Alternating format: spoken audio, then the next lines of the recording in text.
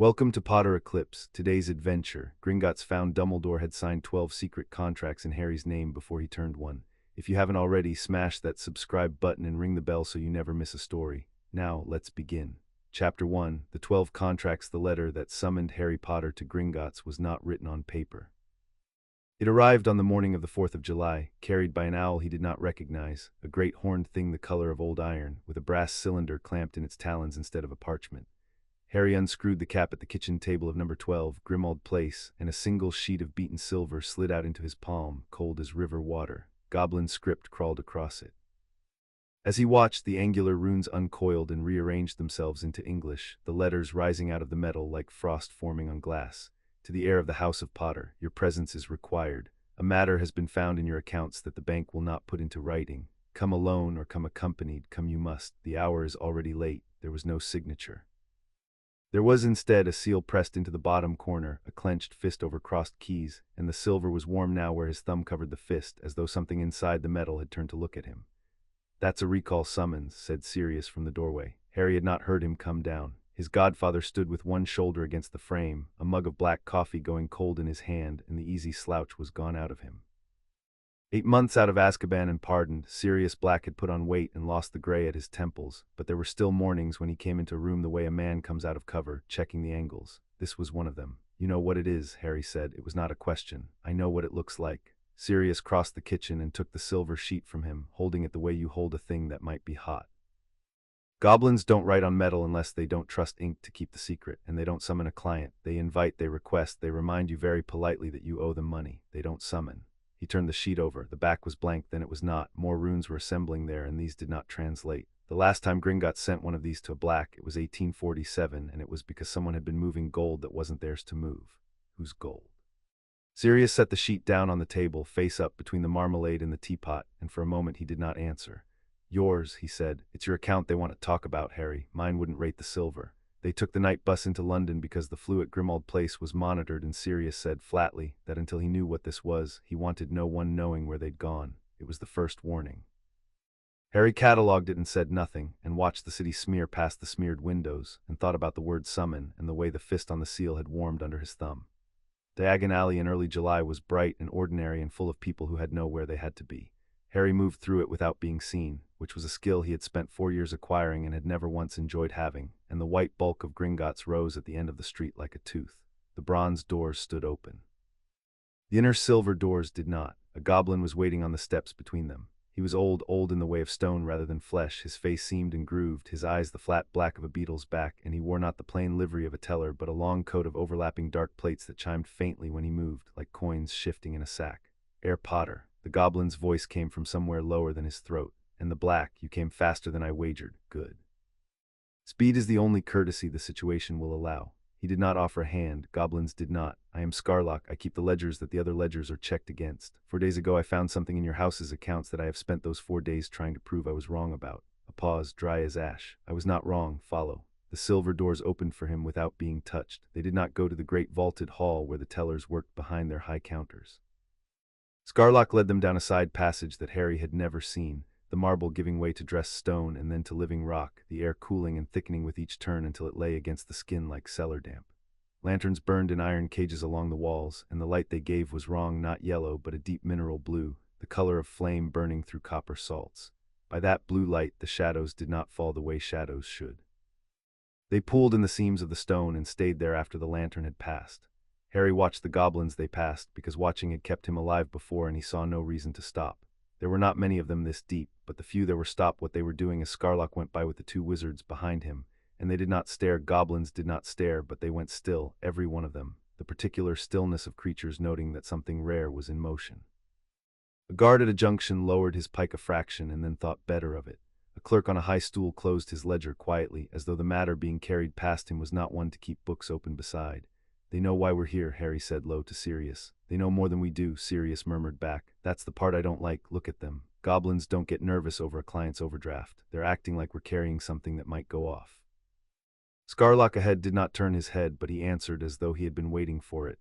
"You are," he said. "You simply have not been told what yet. Mind the step. It is older than your ministry, and it does not care if you fall." The step was worn into a shallow groove by centuries of clawed feet, and Harry minded it, and they went down. The deeper they descended, the more the bank changed around them, the careful commercial gleam of the upper floors giving way to something that had nothing to do with wizards at all. A place built by goblins for goblins, where the proportions were wrong for human comfort, and the walls bore carvings that were not decoration but record, dense and unreadable, running on into the dark in every direction. It came to Harry on that descent that he had spent 4 years thinking of Gringotts as a building wizards used, the way one used a bank or a post office, and that he had been entirely wrong. Gringotts was a country. He had only ever been allowed in the lobby of it, and now, for reasons he did not yet understand, the country had opened a door and was taking him down into its capital, and a country did not do that for a boy with an overdraft. How much further? Sirius asked. There was no fear in it, but there was the readiness Harry had learned to recognize, the cold attention of a man who had decided he was somewhere he might have to fight his way out of. To the bottom of the part you have heard of, Scarlock said, and then past it. A pause, and the chime of his coat in the blue dark. You asked, Black, what we are carrying that might go off. I will tell you the shape of it now, so the room does not strike you cold. We are carrying a question. Question is who has been spending the Potter heir's future, and on what and by whose hand. The bank has found the answer. The answer is large enough that I have not slept in 4 days, and I am a creature that has audited the debts of murdered kings without losing an hour's rest. The blue light slid across the seams of his ancient face. Below the cart lines the answer will be shown to you in fire where it cannot be softened. I would have spared the boy the depth of it if I could. I cannot. The depth is the point. You're taking us below the cart lines, Sirius said. I am taking you to the only room where the thing I found can be safely spoken of, Scarlock answered without turning. There are places in this bank where words do not stay where you leave them. The vault of instruments is not one of those places. What is said there stays there. What is written there stays forever. The passage ended at a door. It was not a vault door, not the round, gear-toothed slab Harry knew from his own trust vault. It was a slab of black iron taller than Sirius, and it had no handle, no keyhole, no visible hinge, and across its face, edge to edge, was carved a single unbroken line of goblin script so fine it might have been scratched by a needle. As Harry watched, the line moved, not the letters, the line itself, sliding around the perimeter of the door like a current, the runes pouring along it endlessly, the same words chasing themselves around and around the iron forever. What does it say? Harry asked. Scarlock looked at him for the first time with something that was not quite contempt. It says, what is bound here was bound by will, and only by will may it be unbound. He laid one long-fingered hand flat against the iron. It is the first law of contract, Herr Potter, older than your ministry, older than your wands, very nearly. A thing freely bound can be freely loosed, but only by the one with the right to loose it. The runes brightened under his palm to a sullen red. Remember that I told you so. Before this is over you will need it more than gold. The door did not swing. It thinned, the iron going to smoke and then to nothing, peeling back from the center outward, and beyond it was light. Harry had expected another stone room. He stepped through into a cathedral. The vault of instruments was a shaft, a vast cylindrical well sunk so deep into the rock that he could not see the bottom of it, and it was full, floor to vanishing point, of contracts. They hung in the air. Tens of thousands of them, hundreds of thousands, sheets of parchment and vellum and beaten metal and stranger materials suspended in the dark at every height, each one turning very slowly on its own axis, each one trailing a thread of pale fire that ran down and down into the depths and joined the threads of all the others, so that the whole shaft was webbed with a slow lattice of cold flame, a galaxy of obligations wheeling in the black. The light came from the documents themselves. Every signature on every one of them burned. From where he stood Harry could see the nearest of them clearly, a marriage settlement 4 centuries old, the bride's name written in fire that had not gone out and would not go out until the terms it named were spent or broken or fulfilled. Magic does not forget a promise, Scarlock said quietly beside him. Men forget, wills are read once and folded away. Vows are spoken and the breath that carried them is gone. But a thing that is bound in the proper forms, witnessed and sealed and meant, that does not end when the parchment yellows. It lives here, it burns until it is answered. He gestured at the wheeling dark, and the gesture took in all of it, the whole turning cathedral of fire. Every contract the goblin nation has ever sealed hangs in this shaft. We do not store them. We keep them the way you keep a fire, by tending. And 4 days ago I came down here to settle a discrepancy of 900 galleons in the Potter maintenance account, which I expected to take an hour. He turned his flat black eyes on Harry. I have not gone back up since. He led them out along a bridge of black glass that extended from the lip of the shaft into the open air of it, unsupported, ending at a wide round platform that hung in the center of the well with nothing above and nothing below. There was a lectern on the platform. There were 3 goblins waiting at it. The first Harry knew, Griffook, who had taken him to his vault on his 11th birthday and had not in 4 years given any sign of remembering it. The second was a female goblin in robes the deep green of verdigris, with rings on every finger and a chain of office across her chest from which hung a single quill cast in lead.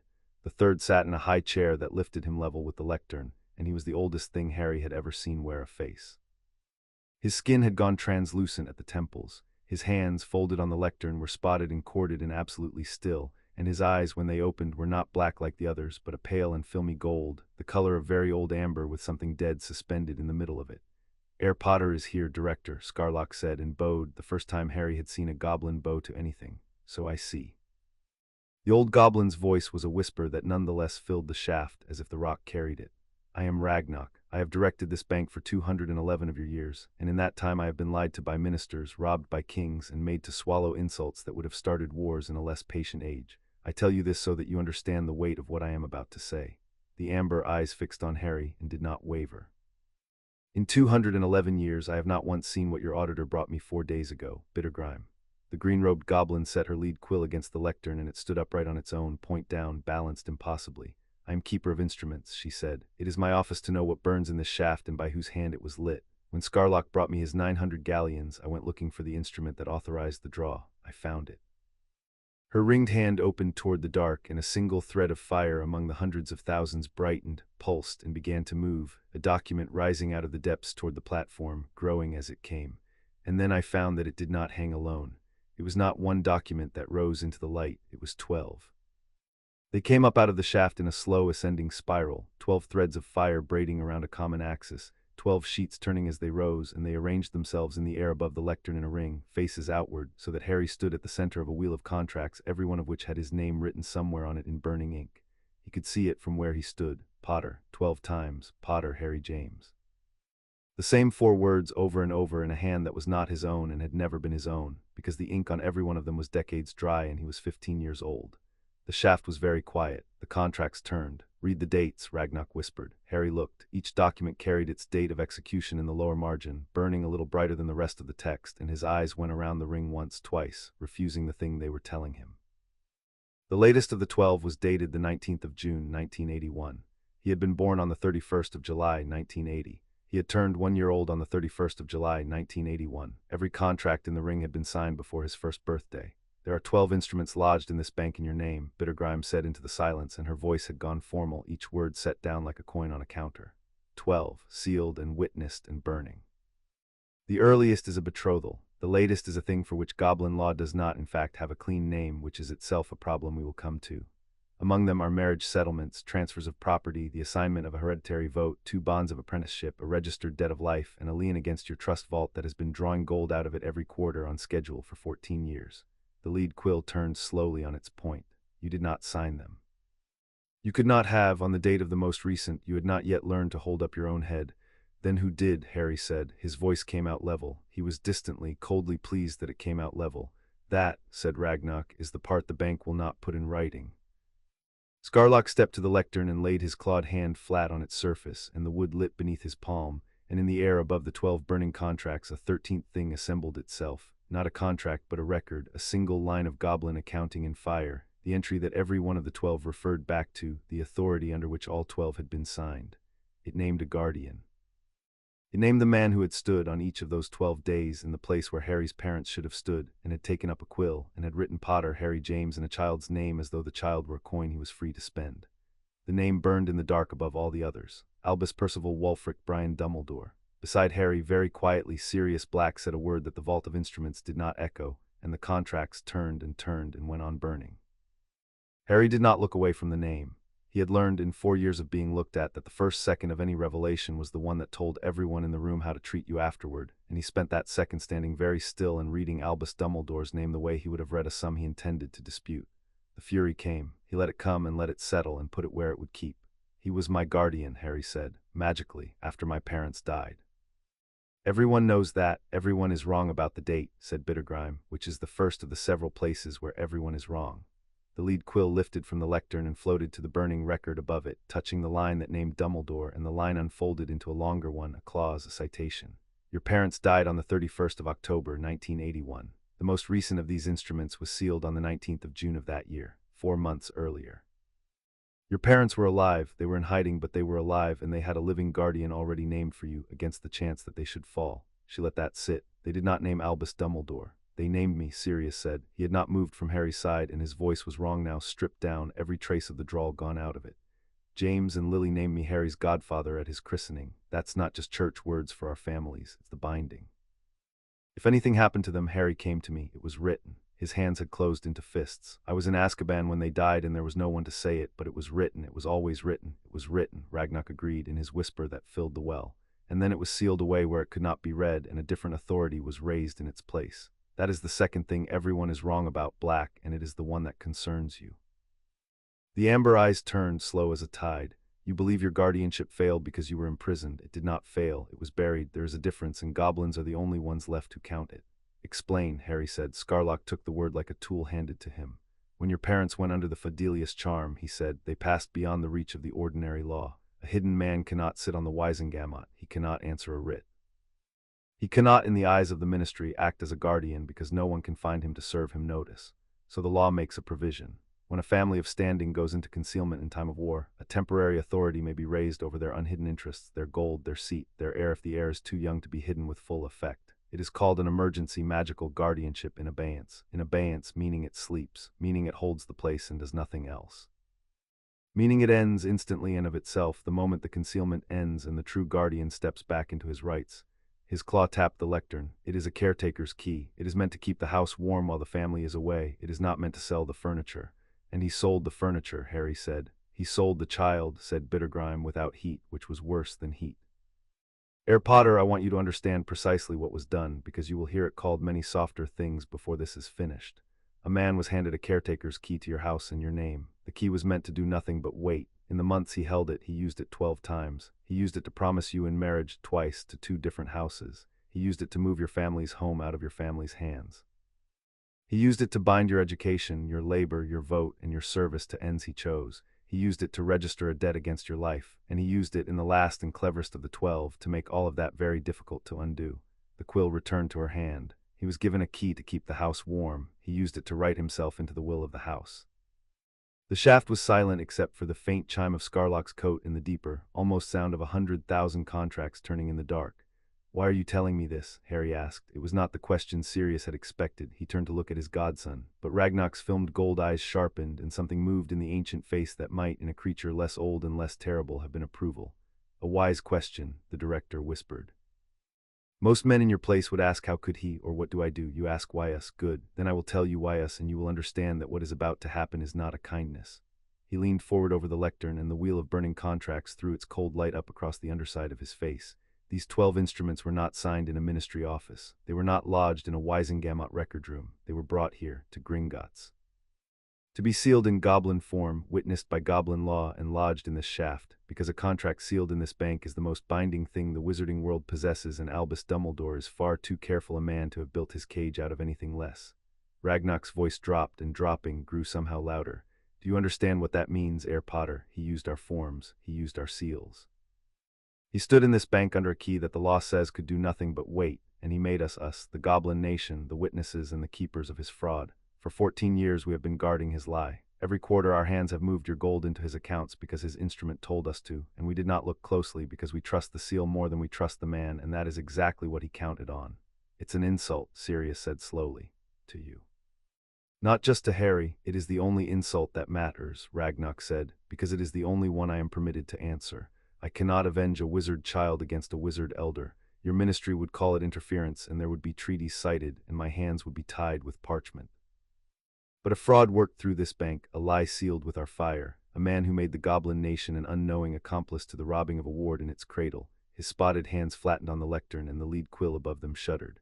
That I may answer, that I am required by our own law to answer. And so, Herr Potter, for the first time in 211 years, the interests of a wizard child and the interests of the goblin nation run down the same channel.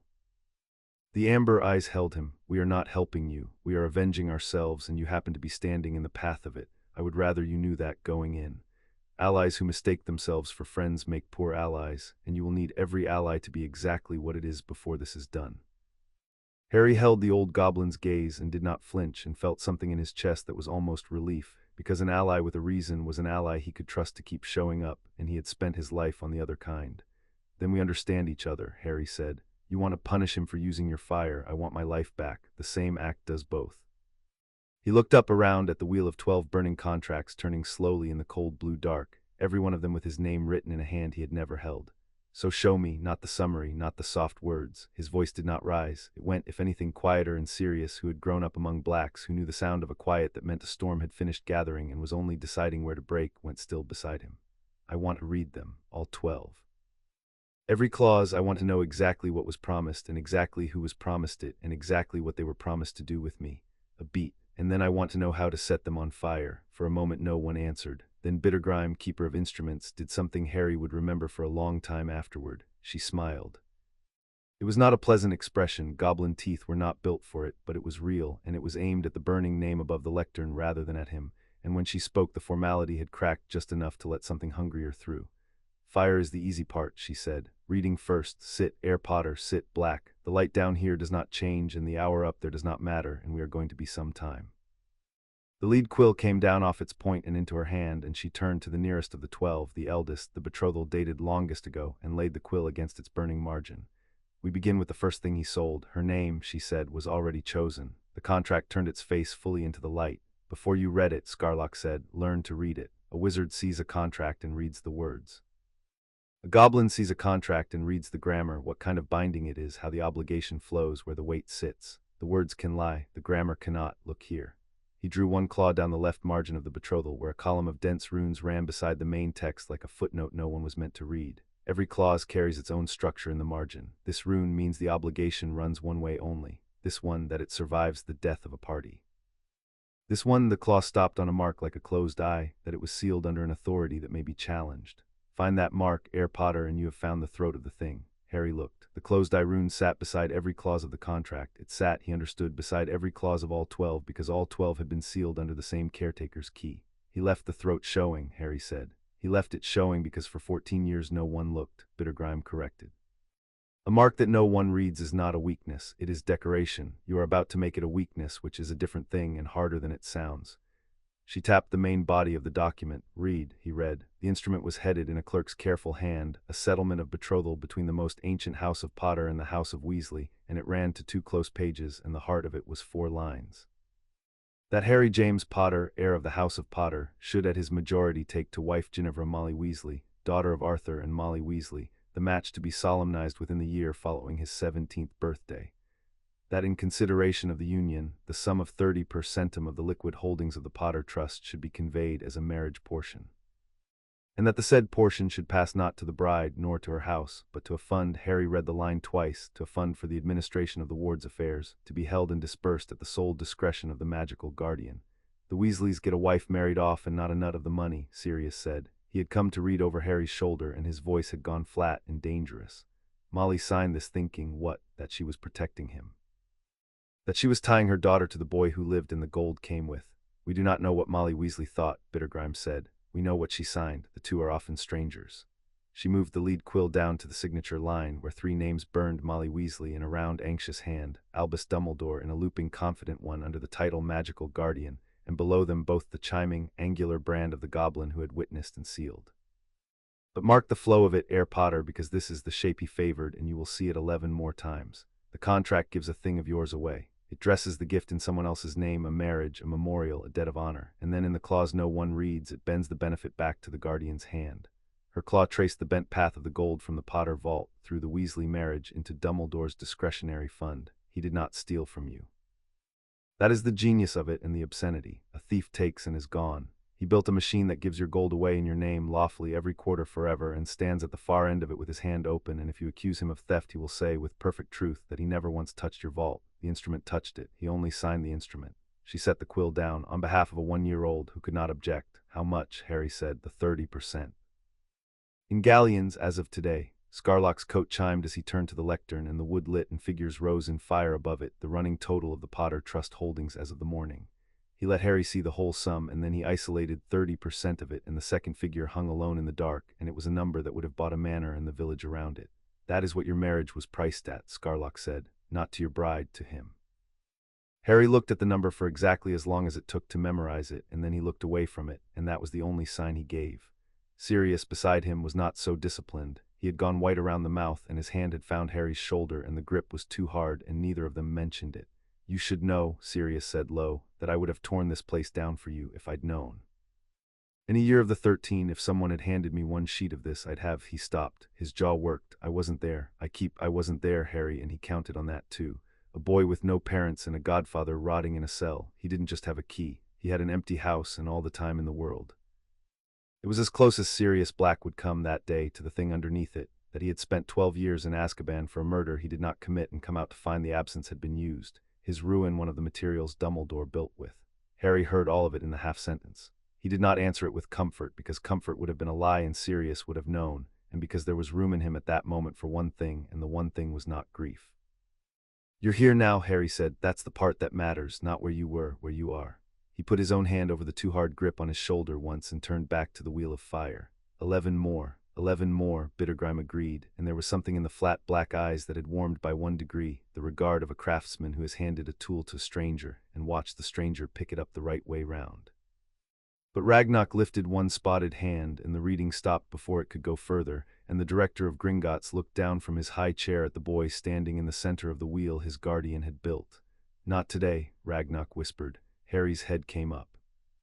"You asked to read all 12, every clause, and you shall," the old goblin said, "but not in one sitting and not on the strength of one shock, because a man who decides to go to war in the first hour of his anger decides badly, and I have not waited 200 years to lend the weight of this nation to a tantrum." The amber eyes did not blink. "You have read the first. You have seen the shape of the rest in it. Go home, Air Potter.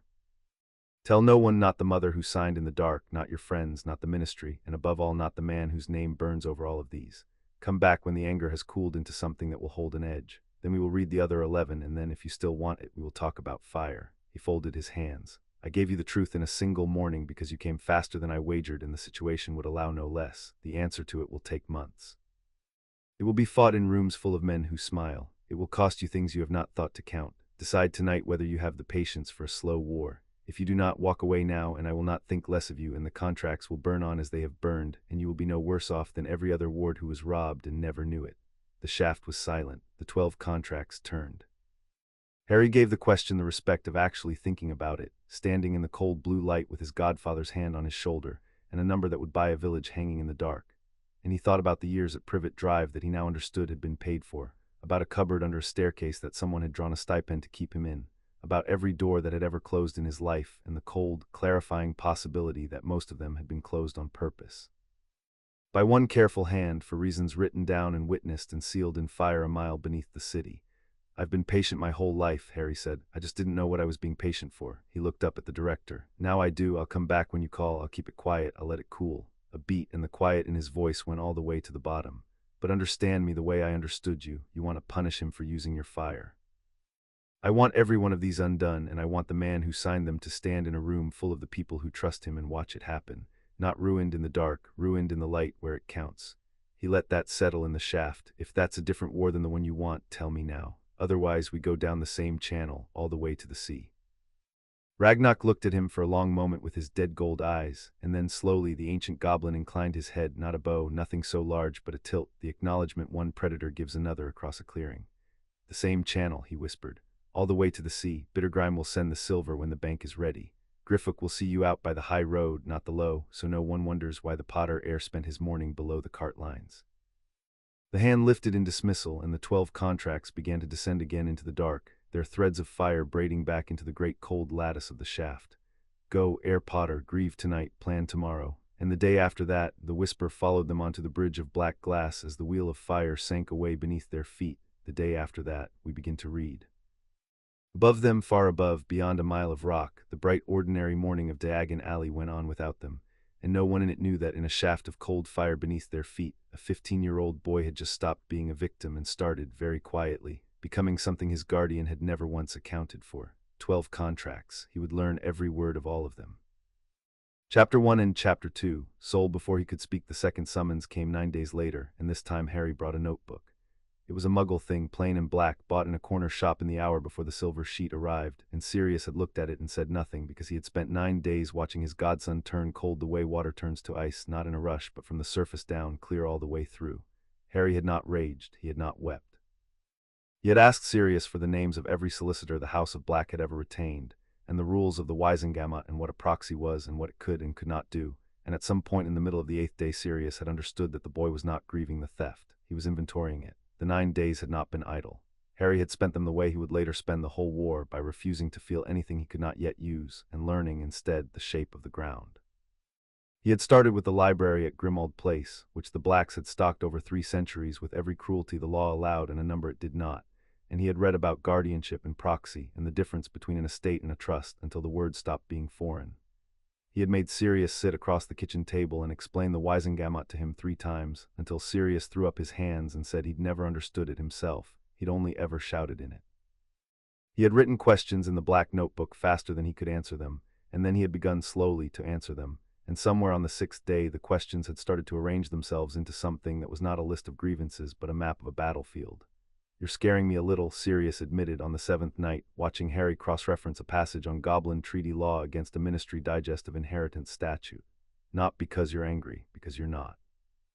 I keep waiting for you to throw something, and instead you keep asking me what void ab initio means in practice." He pushed a mug of tea across the table. "James would have burned Hogwarts down by now, metaphorically, possibly not metaphorically, and here you are taking notes. Burning it down is what he'd want," Harry said without looking up. "Think about it. If I rage, if I storm up to the school and shout, or hex him, or run to the prophet half-cocked, then I'm exactly the reckless boy everyone already thinks I am, and he's the calm wise man managing my tantrum. He wins the room before anyone's even heard the facts."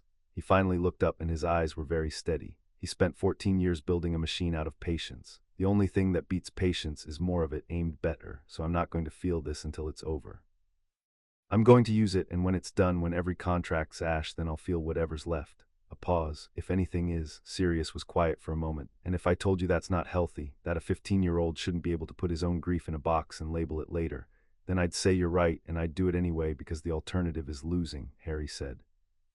"But I'd also say," and here something in him eased, just slightly, the cold making room for the warm thing the way it would learn to all summer, "that the reason I can put it in a box is that I know you're holding the box. I couldn't do this alone. If I were alone, I'd either rage or break. I'm only this steady because there's one person in the world who's on my side and wants nothing from me. That's new. I've never had that. It turns out it's the thing that lets you be patient." He went back to his notes. "So thank you for being the box. Now tell me again what a reversionary clause is, because I think he used one, and I think it's a trap." Sirius looked at his godson for a long moment, and then he reached over and ruffled the impossible black hair, once roughly, and said, "A reversionary clause is a bastard's favorite tool, and I'll tell you exactly why." And they bent over the notebook together, the convict and the orphan, mapping the battlefield by lamplight, 9 days before they walked back down into the cold fire to read the rest of the inventory.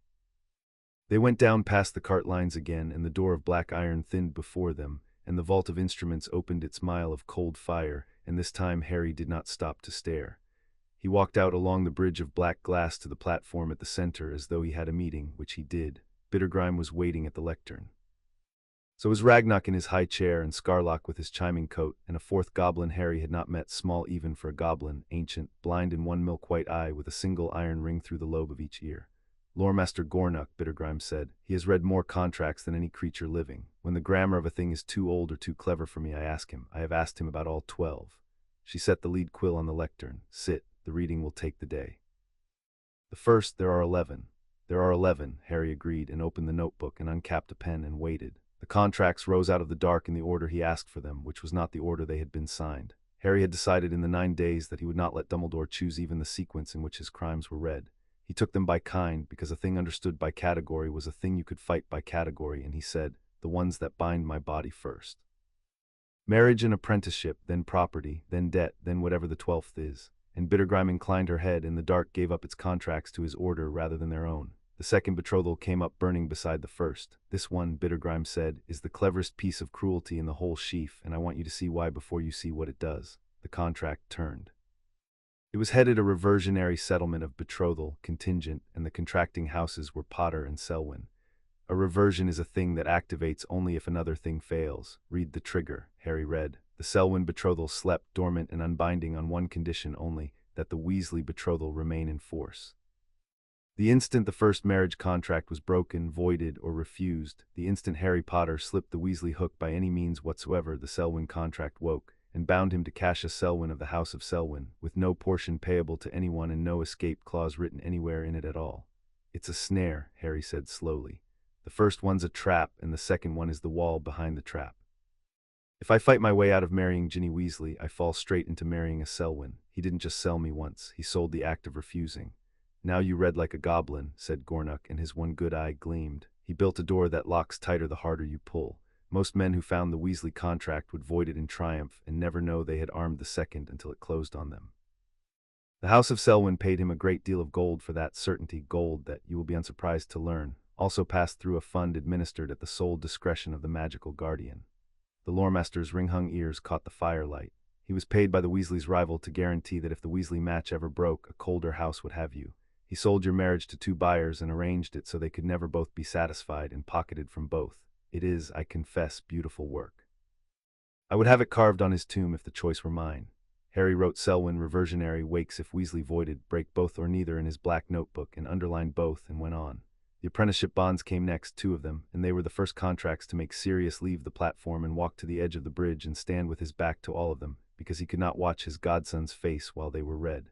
The first bond was to Albus Dumbledore. It was titled blandly an indenture of magical tutelage, and it gave to the magical guardian the sole and exclusive direction of the ward's magical education, not at Hogwarts where any student received it, but beyond and around it, the choice of what Harry would be taught, by whom, in what order, and what he would be permitted to learn at all. But the clause that mattered was at the bottom, in the grammar Bittergrime had taught him to read, under the mark of the closed eye. Read it aloud, Bittergrime said.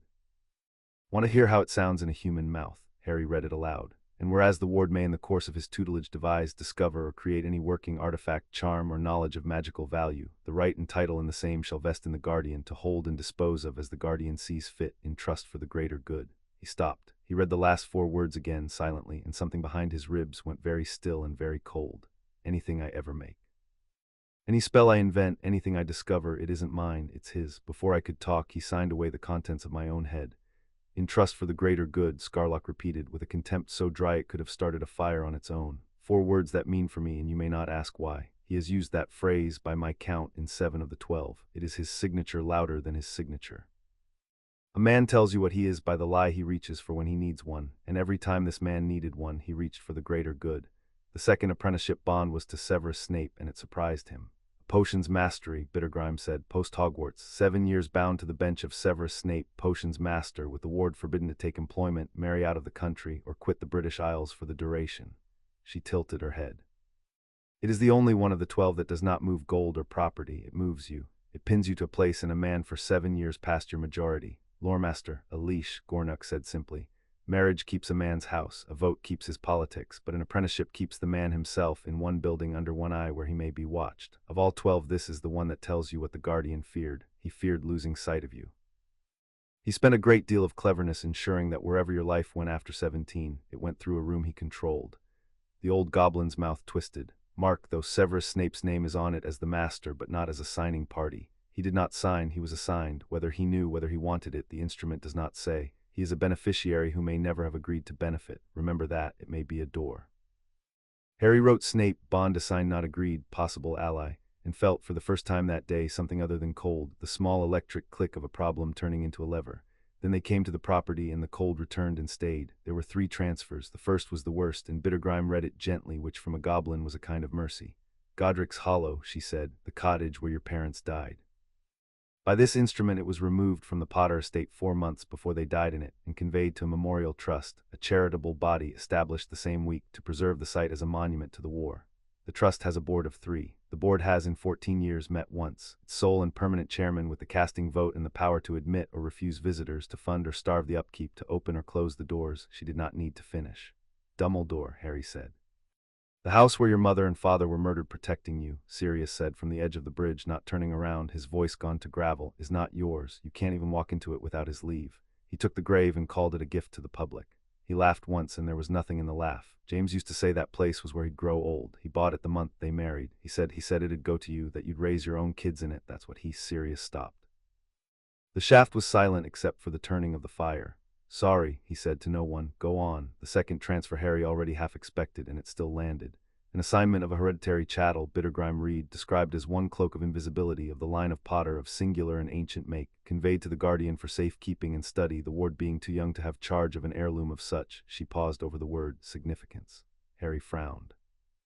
It's a cloak, it's a good cloak, I've used it, but it is not a cloak, said Gornuk, and the whole platform turned to look at him, because the loremaster's voice had changed, dropped, gone formal, gone old. The one milk-white eye seemed to look at something a long way off. I have read every instrument in this shaft that touches the 3 relics, Herr Potter, and there are more of them than your world remembers. The cloak that does not wear out, the cloak that does not fail. The cloak under which a man may hide even from death himself, passed father to son in the line of Potter since the line of Potter began, which is to say since the line of Peveril, which is to say since a story your nursery calls a fairy tale and my people call a property record. The fire from the contracts lit the seams of his ancient face from below. Your guardian did not take a cloak for safekeeping, he took a hallow. He has spent his whole long life hunting 3 objects, and one of them was sitting in a dead man's house with no one left to guard it but a baby, and he wrote himself a key to the nursery and walked out with it under his arm. Of all 12 thefts, this is the one he wanted most, and the one he disguised as the least. Nobody spoke. Above them the cloak's instrument turned on its thread of fire, and the fire on it burned a different color than the others, not the pale cold gold of an ordinary contract, but a deep and lightless red, as though the document itself knew what it had moved. He wanted it the way other men want air, Gornuk said softly, and he took it from you before you had teeth. The 3rd transfer was not of a thing but of a right, and it was the one that made Harry put down his pen. The Potter seat, Bittergrime said. Your house holds a vote in the Wisengamot, an old vote, a founding vote, weighted heavier than most because the Peveril blood sits under the Potter name and the Wisengamot still counts blood when it counts power. By this instrument the vote was assigned by proxy to the magical guardian to be cast at his discretion until she paused, and the pause was deliberate, until the ward attains the age of 30 years. Not 17, Harry said. Not 17. Not majority, not the day you become a man in every other eye in the country.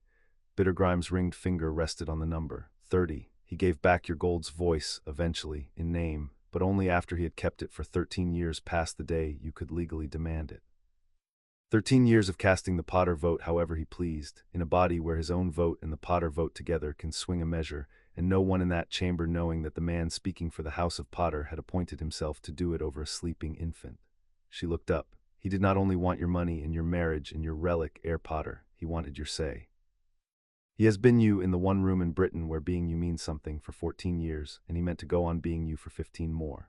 Harry thought about every law that had passed the Wisengamot in his lifetime, every measure he had read about in the Prophet and never connected to himself, and the cold in him sharpened to a point. How many votes has the Potter seat cast since I was 1? 206, said Scarlock, who had clearly anticipated the question and counted. 206 times the House of Potter has spoken. 206 times it was him. A pause. You may wish later to learn what it said. Not today. Today is for the count. The dead instruments came next, and there were 2, and the second of them changed everything. The first was the Lion, the one that had started it all, the 900 galleons Scarlock had come down to settle. An indenture of tuition and maintenance, Bittergrime read. It authorizes the guardian to draw from the Potter Trust each quarter a sum sufficient for the ward's care, education, and keeping. On its face, unremarkable. Every ward's estate pays for the ward. Here. She conjured the ledger in fire above the lectern. 14 years of quarterly draws marching down the dark in neat columns. Now look what it paid for. A stipend to the household at Privet Drive for your keeping, which we will come to, because there is a separate instrument for that, and a sum charged twice as its own small crime. A tuition account at Hogwarts where your tuition is already paid from the standing endowment so that the charge is fiction. And the largest line every quarter, the one that dwarfs the rest, her claw came down on it, general administration, paid to the discretionary fund, no accounting required, no accounting given.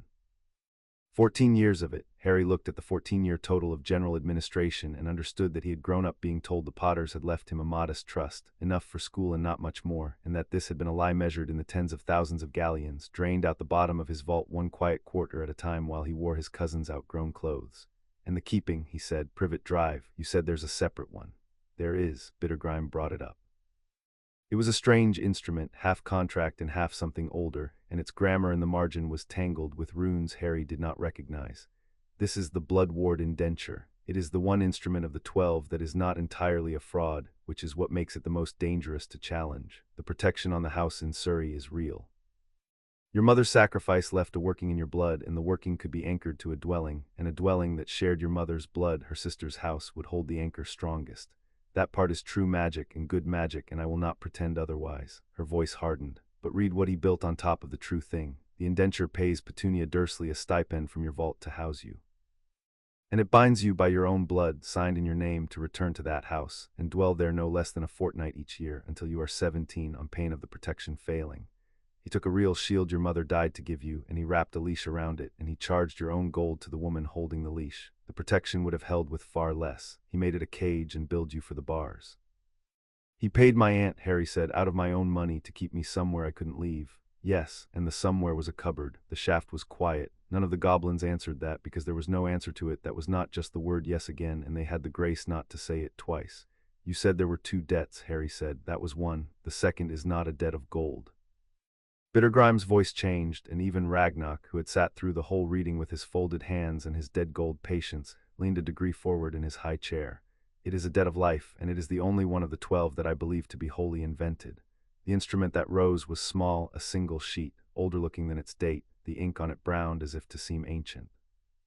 A registration of life debt, it read, acknowledging that Albus Dumbledore did on diverse occasions, by his protection, his counsel, and his charms of concealment, preserve the lives of James and Lily Potter and their issue from certain death, and that the house of Potter doth therefore owe to him a debt of life, descendable to the heir, redeemable at the holder's call. A life debt is the heaviest binding magic knows, Gornock said quietly. It is not written into being.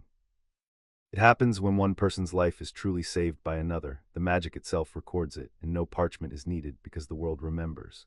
You cannot manufacture one with ink any more than you can manufacture a sunrise by drawing the sun, his one eye fixed on the brown sheet.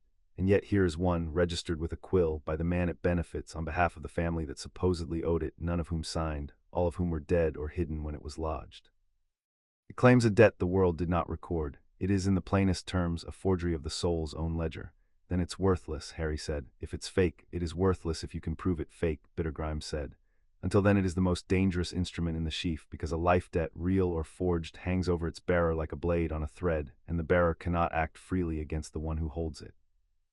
While this stands, you owe Albus Dumbledore your life in the law's eyes, and a man who owes his life cannot be heard to accuse his savior of robbing him.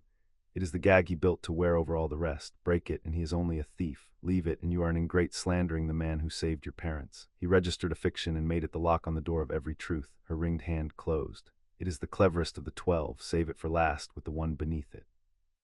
The one beneath it, Harry repeated. The 12th. The 11th came first because Harry asked for it in order, and because Ragnock said very quietly, read him the instrument before the codicil. He should know what he was for before he learns how he was kept. The 11th contract was the one that made the war real. It was titled with a plainness that was its own kind of horror, a bond of service.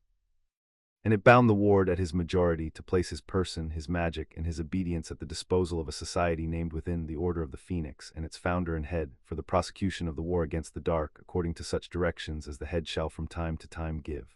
There was no term on it, there was no limit. There was a clause near the bottom that Harry made Bittergrime read 3 times. And the ward shall go where he is sent, and stand where he is placed, and the manner and the hour of his service shall be at the head's sole determining, this bond to be styled in the private ledger of the order the instrument. The instrument, Harry said, the word came out flat, not a member, not a soldier. He wrote me down as a thing, a tool he could pick up and aim. He looked up at the contract turning in the dark, and the fire on it was the ordinary cold gold of the others, which was somehow the worst part, that a man could write a child into a weapon in the same dispassionate ink he used for a marriage and a vote. There's a war coming, everyone can feel it, and before I was 1 year old he signed a contract that says when it comes I belong to him. Not that I'll fight, I'd fight anyway, he didn't need to bind me for that. He did me to fight where he says, how he says, and not where I choose. He didn't want a soldier, he wanted to own the soldier's orders. Now, said Gornock, you understand the whole of it. The marriage controls your bloodline, the vote controls your power, the apprenticeships control your years, the transfers strip your wealth and your relic in your home, the debts gag your mouth and chain your residence. And the instrument, the old goblin spread his ringed hands, the instrument controls your purpose. He did not leave you a single thing, Heir Potter, not your money, not your marriage, not your home, not your vote, not your voice, not your secret, not your service, not even the right to refuse. He read your whole life before you had lived an hour of it, and he wrote himself into every line. A pause. And then, lest any of it come undone, he wrote the 12th. The 12th contract did not rise like the others. When Bittergrime laid the lead quill against its thread of fire, the whole shaft dimmed, every other contract in the mile deep dark guttered, just for an instant, as though something had drawn breath and taken the light to do it. Then the 12th came up, and it was not paper or vellum or metal. It was a sheet of something black and faintly translucent, like smoked glass gone soft, and the writing on it was not fire but the absence of fire, dark letters cut into a darker page, and it was cold. Harry felt the cold from across the platform. The contracts near it had bent their threads away. We do not have a clean name for it, Ragnock said, and the director's whisper had lost its dryness. In the old goblin grammar it would be called a keystone instrument, a contract whose only subject is other contracts. It does nothing in the world, it does everything to the ledger. Loremaster, this is yours. Gornock approached the 12th the way a healer approaches a wound that has gone bad. A codicil of guardianship in perpetuity, he read, and his voice was careful. It does 3 things, and each is worse than the last. First, it binds the other 11 together. It declares them a single estate of obligation, so that they may not be challenged one by one, but only all at once or not at all. A man who attacks the marriage attacks the vote and the debt and the instrument in the same breath, and must defeat every defense each of them can raise simultaneously or lose the whole suit. He bundled his crimes so that to disprove one you must disprove 12. Second, Gornuk went on, and the cold off the black sheet seemed to deepen. It is self-healing. Read here. His claw hovered over a clause. He did not touch the page. Should any party move to void, contest, or disturb any instrument of this estate, the moving party shall forfeit to the guardian's discretion a portion of his own estate equal to the value contested, and the disturbed instrument shall stand renewed and reaffirmed by the act of the challenge itself. He let it sink in. Do you see what that is, Herr Potter? It is a curse dressed as a clause. The contract punishes the act of fighting it. Every time you strike at it, it takes a price from you and stands back up stronger. The harder you pull, the tighter it locks. He wrote the snare you found in the Selwyn betrothal into the foundation of the whole structure. This is why no one has ever undone an estate of obligation sealed this way. It is not that they failed, it is that fighting it is itself a way of losing. Sirius had come back from the edge of the bridge. He was staring at the black sheet. And the third thing, he said. You said 3. Gornuk was quiet for a moment. The third thing, he said, names the guardian the reversionary heir of the entire Potter estate. Should the ward die without issue of his body, the old goblin's one eye moved to Harry and held there. Everything passes to Albus Dumbledore, the gold, the seat, the relic, the name, all of it. He wrote himself your heir, Herr Potter, in the same instrument that bound you to fight his war where he sent you and stand where he placed you. The shaft was utterly silent. I will say the thing none of the others will say, because I am old and I have read too many of these to be polite about them. He bound you to go where the war is hottest, and he wrote down who inherits if you do not come back. I do not say he meant you to die. I say only that a man who builds a machine does not usually forget to ask what the machine produces if it breaks, and this man forgot nothing. There is a clause for everything in here, including that. Harry looked at the 12th contract for a long time. He had written by now 11 pages in the black notebook, dense and cramped, the pen pressed hard. He did not write anything for the 12th. He simply looked at it, the black sheet, the cold letters, the cold coming off it across the platform, and the goblins let him look, because they had learned in 2 readings that this human boy did his most dangerous thinking in silence. When he spoke, it was not about the 12th. There's a thread none of you have pulled, Harry said. You've read me 12 contracts. Every one of them was signed by Albus Dumbledore as my magical guardian. Every one of them carries the same mark in the margin, the closed eye, sealed under an authority that may be challenged. He looked up. So the whole structure rests on one thing being true, that he was my guardian when he signed them. If he wasn't, if that authority was bad from the start, then it isn't 12 fights, it's 1. Pull the floor out and everything on it falls, codicil and curse and all. You don't void the contracts, you void the right to have made them. The platform was silent. Then Bittergrime began slowly to smile her unpleasant goblin smile, and Ragnar's dead gold eyes had come fully open, and even Gornuk made a low sound in his throat that might have been a laugh or might have been respect. He came to the same place we did, Bittergrime said to Ragnar, in 2 readings that it took the bank 4 days to reach. I told you he reads like one of us. You did, Ragnar whispered. Herr Potter, you are correct, and you are also 9 steps from where correct does you any good, and I will tell you why. He lifted one spotted finger. His guardianship was raised by an emergency magical guardianship in abeyance, a wartime caretaker's writ, which we explained. Such a writ is good and binding unless a prior, superior guardianship already existed. A testamentary guardian, named by the parents in a proper will. A named guardian in a valid will outranks any emergency writ the way a king outranks a steward. If James and Lily Potter named a guardian for you in a will that stood when those contracts were signed, the finger turned slowly until it pointed at Sirius Black, then the emergency writ was void from the moment it was raised. Albus Dumbledore was never your guardian. He was a steward who stole the throne while the king was hidden, and every act he took under that stolen authority is void with it, not contestable, void as if it had never been written. They named me, Sirius said. His voice had gone hoarse. I told you at the christening and in the will. James showed me the will. I held it. Sirius Black, godfather, to have the care and guardianship of Harry James Potter should we fall. It was witnessed. It was real. It exists, then where is it? Ragnar asked, and the silence that followed was different from all the others. It was lodged with the ministry, Sirius said slowly. Wills of old houses are lodged with the Department of Mysteries and the Wisengamot record room both. It should be, it has to be. He stopped because he had seen the same instant they all did where the road went. I have already sent for it, Bittergrime said very quietly. 9 days ago, the morning after you first came down. Copy of the will of James and Lily Potter from the Wisengamot record room, by the bank standing right to inspect any instrument bearing on an account we hold. The request takes a clerk an hour to fill. She paused. It has been 9 days. The reply came this morning. I did not put it in the reading because I wanted you to reach it yourselves. She brought a single line up into the fire above the lectern, not a contract, a clerk's note in the cramped official hand of the Wisengamot record room. The will of James and Lily Potter is sealed by order of the Chief Warlock, dated 2 November 1981. It may not be inspected, copied, or released save by order of the Chief Warlock or by his successor in that office. The 2nd of November, Harry said. 2 days after they died. 2 days, Ragnock agreed. Before the bodies were cold, the Chief Warlock sealed the one document in Britain that names your true guardian, the one document that, read aloud in the right room, makes every contract in this shaft so much ash. And the Chief Warlock then and now, the man with the sole power to seal it and the sole power to unseal it, is Albus Dumbledore, Harry finished. He stood in the center of the wheel of cold fire, 15 years old, 11 pages of his stolen life in a cheap black notebook in his hand.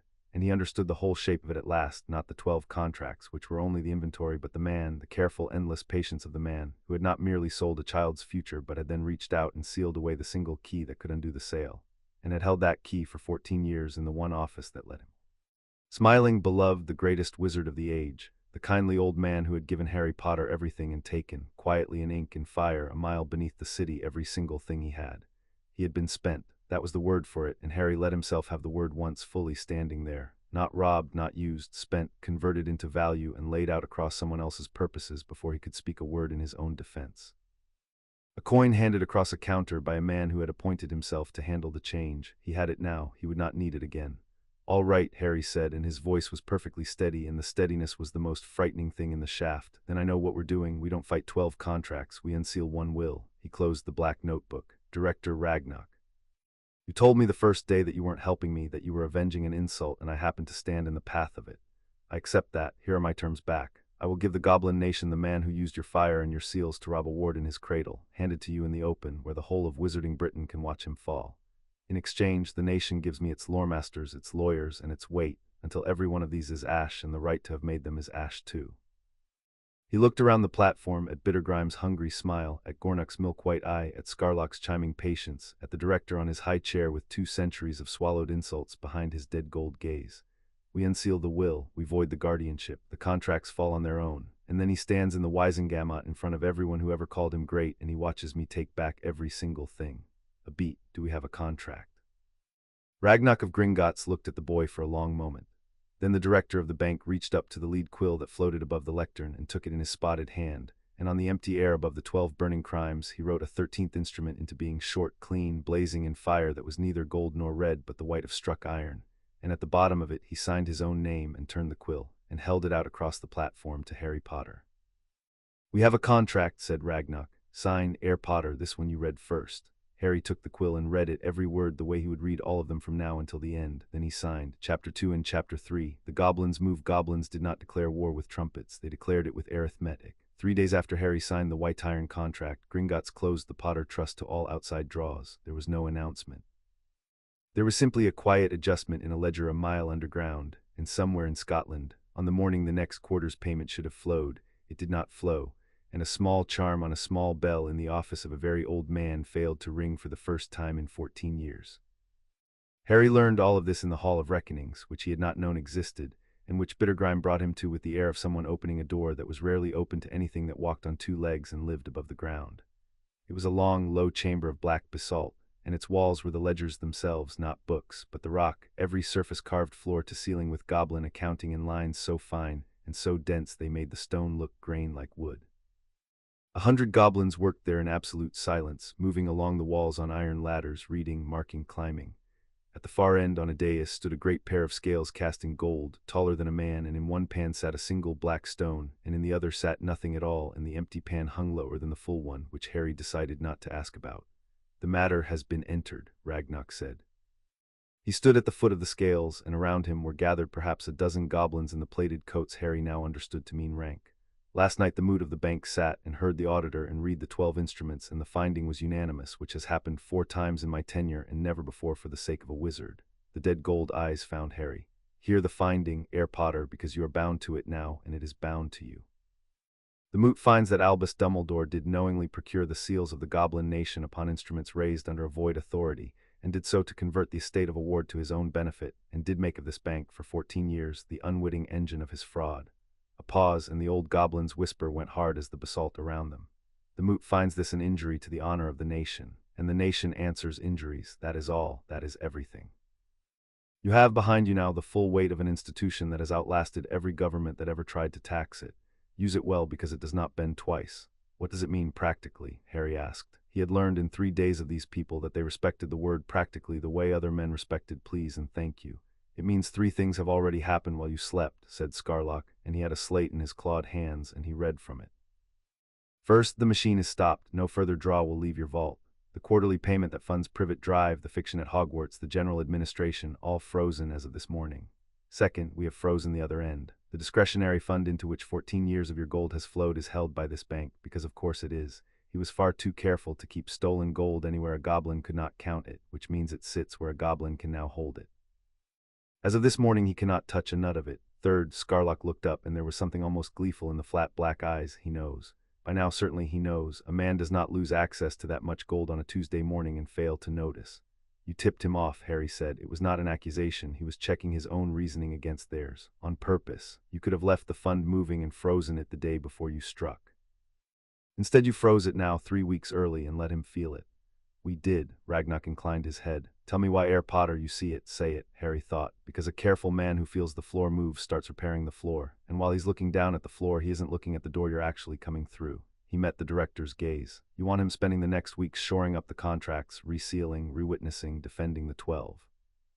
Because the 12 aren't where we're attacking. The will is. Every hour he spends defending the machine is an hour he isn't spending guarding the one piece of paper that destroys it. He reads like one of us, Bittergrime said again to no one with satisfaction. Before they left the Hall of Reckonings, the nation made its oath, and Harry was made to watch it, because Ragnock said a man who accepted the help of the goblin nation should see exactly what that help cost the ones who gave it. The 100 goblins came down off their iron ladders. They gathered before the great gold scales, and they did not speak. Instead, one by one, each drew a thin blade across the meat of his own thumb and pressed it to the black stone in the full pan of the scales. And as each drop fell, the stone drank it and grew not heavier but brighter, until the whole pan blazed with a low red light, and the empty pan that had hung lower for 2 centuries began at last to rise. Ragnock stood at the foot of the scales with his own thumb cut, and he spoke the oath in the grinding tongue of his people, and Bittergrime murmured the meaning of it at Harry's shoulder low, so as not to break it. He swears the nation to the redress of the injury, she said, not to you, to the injury. He swears that the goblin word, once given to a seal, is the goblin honor, and that a man who turned our honor into the engine of his theft has stolen from every goblin who ever trusted a seal, which is every goblin who has ever lived. He swears the nation will not rest, nor lend its seal to that man's house, nor count his gold, nor open its doors to his name until the injury is carved out of the world and the balance restored. The empty pan rose higher as the bloodlight brightened. And he swears the last part, which no wizard has heard sworn in 400 years, so attend, Herr Potter, for you are the cause of it. He swears the reckoning. The nation does not forgive a thing of this make. It does not settle, it does not compromise, it does not take a coin in trade for honor. It balances the scale or it dies trying. There is no halfway. You have behind you now a creditor that cannot be paid off and will not be turned aside. Be glad it runs your way. Pity a little the man it runs against. The 2 pans of the great gold scales hung, for the first time in 200 years, perfectly level, and held there balanced, blazing, the nation's oath made visible in cold red light, and 100 goblins lifted their cut thumbs to the balanced scales in silent witness, and the Hall of Reckonings rang very faintly like a struck bell, with the sound of an old and patient people deciding altogether to fall. Harry watched the level scales and understood that he had not hired an ally. He had become the channel of a flood that had been dammed for 14 years and had just been let go, and that floods did not aim and did not stop and did not care whether the boy in their path called them friend. Ragnock had told him so on the first day. He believed it now, watching the bloodlight, in a way he had only understood before. Why show me this, Harry said quietly, as the goblins filed back to their ladders and the scales slowly dimmed. Because you are about to spend months thinking you are running this war, Bittergrime said. And for the legal moves, the chamber, the will, you are. It is your hand on those, and a good hand. But the weight behind you is not yours, Herr Potter, and never was. It is ours, and it is old, and it answers to its own oath, not to your strategy. I show you the oath so that you never make the mistake of believing the flood is your tool. Honor it, run with it, point it where you can, but do not ever think you command it. The last man who thought he commanded a thing older than himself is sitting in a castle to the north, listening to a bell that has stopped ringing. Her flat eyes held his. Be wiser than your enemy in the one way that matters. Know what you do not own. I know, Harry said, looking at the dimming scales. I learned it from the contracts. He thought he owned my whole life because he wrote it down. The writing didn't make it his, it just made it visible when it broke. He turned from the scales. I don't own the flood, I just happen to be the lowest ground it's found in 200 years. That's enough, that's more than enough. They moved to a smaller room off the Hall of Reckonings, a war room in everything but name, with a slab table of polished jet and hanging in the air above it, a slow rotating model of the case itself, rendered in goblin fire. The 12 contracts in a ring, the void authority at their center, and above them all, isolated, cold, the single line of the sealed will. Harry stood over it with Sirius at his shoulder and learned in an afternoon more law than Hogwarts had taught him in 4 years. The will is the whole war, Bittergrime said, and the will is sealed by the chief warlock, who is the man we are trying to destroy. Here is the trap he is sitting in, and here is why he has not slept well since Tuesday. Her claw moved through the fire model. The seal is lawful. He had the power to place it, and he has the power to lift it, and no one else may lift it, except the Wisengamot itself, sitting in full session by a 2/3 vote, may override any seal placed by any officer of the court, including its own chief warlock. It is an old provision. It has been used twice in 400 years. It exists precisely for the case where the man with the key is the man with the secret. 2/3, Sirius said, of the Wisengamot. Where he's been casting my godson's vote for 14 years and his own beside it, and where half the chamber would walk into the sea if Albus Dumbledore asked them nicely. He shook his head. You'll never get 2/3 to vote against him on his own ground. He'll stand up and twinkle and say it's a misunderstanding, and they'll believe him, because they've believed him their whole lives, and the alternative is admitting they were fools. Which is why we do not ask the chamber to vote against him, Harry said. Both goblins looked at him, so did Sirius. You're thinking about it as a vote on Dumbledore, Harry said. It isn't. If the motion is do you trust Albus Dumbledore, we lose. You're right, they'll never, so we don't make that the motion. He leaned over the fire model, and the cold light lit his face from below. We make the motion the smallest, most boring, most procedural thing in the world. A request to unseal a 14-year-old will for the routine settlement of an heir's estate now reaching majority. Nothing about fraud, nothing about Dumbledore, just a clerk's housekeeping, an old will, an heir grown, a bank that needs to read it to close the books. Who votes against that? Voting against it is the suspicious act, not voting for it. We make unsealing the will the obvious, dull, reasonable thing, and we make Dumbledore the only man in the room with a reason to stop it. He straightened. He can't argue against it without telling everyone he has something to hide in that will. And the moment he argues against it at all, a kindly old man fighting tooth and nail to keep a dead couple's will away from their orphaned son, that's the scandal. We don't expose him. We build a door he can only refuse to open and let the refusal expose him. The war room was quiet. The fire model turned. He will see it coming, Bittergrime said at last. He is not a fool. He will see exactly this shape. Good, Harry said. Let him. Seeing the trap and being unable to avoid it without springing it is the whole point. He can let the will be unsealed and lose, or fight the unsealing and look like a man with a corpse in the cellar. Both roads end in the same room. I don't need to outthink him. I need to put him somewhere where thinking doesn't help. He looked at the sealed line of the will, cold and alone above the ring of contracts. But for any of it, I need a member of the Wisengamot to move the motion. A clean one. Someone the chamber can't dismiss as my puppet or yours. Someone whose name on a procedural request makes it boring instead of suspicious. He looked up, and it can't be Sirius, no offense. None taken, Sirius said. Newly pardoned ex-convict, last of a dark house, the boy's own godfather standing to gain. I'd vote against me. He almost smiled. You want Amelia Bones. I want Amelia Bones, Harry agreed, head of the Department of Magical Law Enforcement. Sits the Wisengamot in her own right, reputation for being incorruptible to the point of rudeness. If Amelia Bones stands up and asks to unseal a will for the orderly settlement of an estate, it's housekeeping. If she stands up and fights for it, it's a law enforcement matter, and suddenly the chamber is asking why the chief warlock is obstructing the head of the DMLE over a dead family's paperwork. He looked at Ragnok, who had come in silently and stood listening by the door. Can the bank get me a meeting with her, quietly? The bank, said Ragnok, can get you a meeting with anyone in Britain who has ever needed money, which is everyone. But hear me, Herr Potter, before you spend this woman. The director crossed to the table. Amelia Bones is honest, which means she is dangerous to us as much as to him. She will not take the case because it wounds Dumbledore. She will take it only if it is the law cleanly, and she will drop you the instant it stops being the law cleanly, and she will not be managed, flattered, or steered. If you bring her in, you bring in a force you do not command. Are you certain you want a weapon you cannot aim? Harry thought of what the director had told him the first day, allies who mistake themselves for friends make poor allies, and understood it was being handed back to him as a test. I don't want a weapon I can aim, Harry said. Ally I can aim is an ally everyone can see I'm aiming, and then she's worthless. I want exactly what you said, a force I don't command, doing the right thing for her own reasons in the same direction as me, the same channel all the way to the sea. He held the old goblin's gaze. I learned that from you, Director, 3 days ago. For the second time since Harry had met him, Ragnock of Gringotts inclined his head in that fractional predator's tilt. Bittergrime will arrange it, he said, tomorrow. Her chambers, not ours. Let the honest woman keep her ground. It makes honest people generous. And Herr Potter, the director, paused at the door. Bring the boy's notebook, the black one. 11 pages in a child's hand will do more to a woman like that than all the fire in my vault. Amelia Bones received them in a stone office that had no ornament in it at all except a single photograph, face down, on the corner of a desk built for work and nothing else.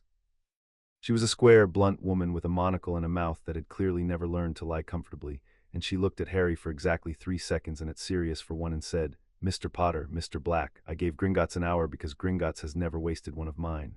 You have 59 minutes left. Sit and tell me why the Goblin Nation arranged for me to meet a schoolboy. Because the Goblin Nation found a crime in my accounts, Harry said, and the crime was signed by the man you'd least like it to be. He put the black notebook on her desk and turned it to face her and opened it to the first page. I'm not going to tell you what it says. I'm going to let you read it, and then you'll tell me whether it's a law enforcement matter or whether I've wasted your hour. That seems fairer than me arguing. Something flickered behind the monocle, not warmth, but interest, the interest of a professional encountering competence in an unexpected place. She pulled the notebook toward her and began to read. She read for 11 minutes. She did not speak. Twice she went back a page. Once she took out her own quill and copied a line, the registration date of the manufactured life debt, onto a slip of parchment, and Harry watched her do it and understood that he had her not because she liked him, but because she had found in 11 cramped pages the one thing an honest enforcer cannot walk away from, a wrong she had the power to right and no excuse not to. When she finished, she closed the notebook and sat back and looked at him with an expression he could not read. If a tenth of this is provable, Amelia Bones said, it is the largest fraud against a minor's estate in the modern history of this country, and it was committed by the chief warlock of the Wizengamot, the supreme mugwump of the International Confederation of Wizards, and the headmaster of the school you attend. Do you understand what you are asking me to do, Mr. Potter? You are asking me to move against a man who can end my career with a sentence and has the votes to do it. No, Harry said. I'm asking you to move to unseal a will, that's all. A routine request for the orderly settlement of an estate reaching majority. You won't mention Dumbledore, you won't mention fraud, you'll move the single most boring motion the Wizengamot has heard this year. He held her gaze. And then we'll both watch who fights it. If nobody fights it, the will is read, my godfather is confirmed as my lawful guardian, and 12 contracts fall apart on their own, and you never had to accuse anyone of anything. If somebody fights a dead family's will away from their orphan son, he let it sit, then you'll know what you're looking at, and it won't be me who told you, it'll be him. Amelia Bones was quiet for a long moment, then she did something Harry had not expected. She reached out and turned the face-down photograph on her desk the right way up and looked at it and turned it back down again, and he saw in the half-second that it was a girl of about his own age, a niece, he would learn later, the only family the woman had. I have spent 30 years, she said, watching powerful men decide that the rules were for other people and watching the rules agree with them. I took this office because I was tired of agreeing. She stood. I will move your motion, Mr. Potter. Not for you, I don't know you, and I don't trust a 15-year-old who thinks 3 moves ahead of me, no offense intended. I'll move it because if half of this is true, then a child was robbed in his cradle by the most trusted man in Britain, and if I let that stand because the thief is powerful, then there was no point to any of the 30 years. She picked up her quill. But understand me. The instant your case stops being clean, I am gone, and I will not look back, and if you have lied to me in any particular, I will prosecute you myself. I am not your weapon. I know, Harry said, that's exactly why I want you. For the first time, Amelia Bones almost smiled and did not because she was a professional. The goblin said you'd say something like that. She sat back down and pulled a fresh sheet of parchment toward her.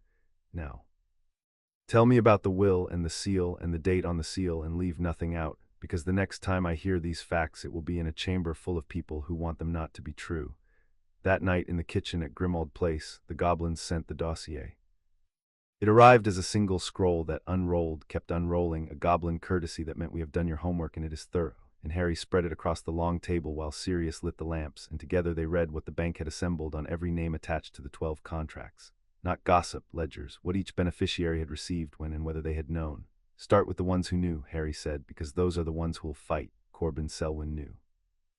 The dossier was certain of it. The patriarch of the House of Selwyn had paid Dumbledore 8,000 galleons across 2 transactions for the reversionary betrothal, and the payments were dated and the bank had the receiving end of them, and a man did not pay 8,000 galleons for an accident. He bought the right to my marriage as an investment, Harry said, reading. Cold, deliberate, eyes open. He'll defend it as property because to him that's what it is. I'm a position he holds. He'll fight to keep the position. And he's not a man you want fighting you, Sirius said, setting down a lamp. Selwyn's old and dark and careful, and he sits the Wisengamot himself. He won't bluster like Lucius Malfoy. He'll be polite and patient, and he'll find the one true thing in your case and lean on it until it cracks. He's exactly the kind of enemy who's dangerous because he's reasonable. He pulled out a chair. What about the ones who didn't know? Snape, Harry said. The dossier had a new page on Snape, dated that afternoon, a letter received by the bank, copied for the file. He read it twice. He's already written to Gringotts, renounced the apprenticeship, said he never signed, never agreed once it struck. He looked up. He's not defending his benefit, he's trying to give it back. That makes him the first crack in the wall, exactly like I hoped, but it also makes him a witness. A man Dumbledore signed without asking, saying so in writing. He marked the page. I don't trust him, but I don't have to trust him to use what he's saying. An unwilling beneficiary is worth more to me than a friend. Sirius was quiet for a moment, and Molly. Harry didn't answer at once. The dossier on Molly Weasley was the thinnest of all of them, and the saddest. A single payment never collected, a betrothal signed in a round, anxious hand, and no gold ever drawn against it, not one nut in 14 years. She never took the money, Harry said slowly. The 30%, it's still sitting in the fund. She signed the betrothal and never touched a thing it gave her. He set the page down. Sirius, I think she didn't know what the money clause did. I think someone told a frightened woman in the middle of a war that she could keep her daughter and her daughter's friends safe by tying them together, and she signed it for love, and she never read the part that fed the gold to Dumbledore, because why would she? She wasn't buying me, she was protecting her children, and he used that. That's the worst of it, isn't it? Sirius said low. Selwyn bought you, that's clean almost, but Molly Weasley loved her kids, and he turned the love into a clause. He scrubbed a hand over his face. What do you do with her? I tell her the truth, Harry said, before the chamber does. She's going to find out either way that her name is on a fraud, that she'll be named in the contest, that the whole country's about to learn the Weasleys signed away the Potter heir. If she learns it from a writ, she's an enemy who's been humiliated. If she learns it from me across a table, with the dossier open and the gold she never touched still sitting where she left it, he met his godfather's eyes. Then she's a mother who was used the same way I was, and she becomes the best witness I could possibly have. The good faith signer who didn't know. The jury hears her and they hear themselves. That could have been me. He could have used my love that way too. He rolled the dossier closed. I'm not doing it to be kind, Sirius. I want to be honest about that. I'd tell her even if she hated me because it works. But something in his voice eased just slightly. It also happens to be the right thing. The director keeps telling me those two roads can run together. I'm starting to believe him. Sirius looked at his godson across the lamplit table, 15 years old, mapping the people who had wronged him into allies and enemies with the cold precision of a man twice his age, and felt under the pride a thin cold thread of something close to grief. You shouldn't be this good at this, he said quietly. At 15, you shouldn't have had to be. No, Harry agreed, but he made me an inventory before I could speak. The least I can do is learn to count. He pushed back his chair. We start with Molly tomorrow, the honest ones first. They're the ones we can still save, and the ones who will save us in the chamber. Selwyn we save for the war itself. He won't move until he has to. And Dumbledore, he glanced toward the dark window, toward the north, toward a castle full of children and a man eating lunch beneath an enchanted sky who did not yet know that the bank had chosen noon. Dumbledore we let stew. He's defending a wall. Let him pour everything into the wall. We're not coming over the wall. He picked up the black notebook. We're coming for the ground it stands on.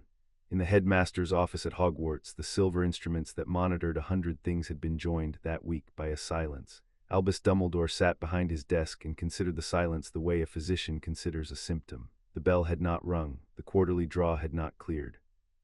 He had sent 2 owls to Gringotts and received in reply the same sentence each time, in the bank's flat goblin courtesy. The account is under review. No instrument may be actioned during review.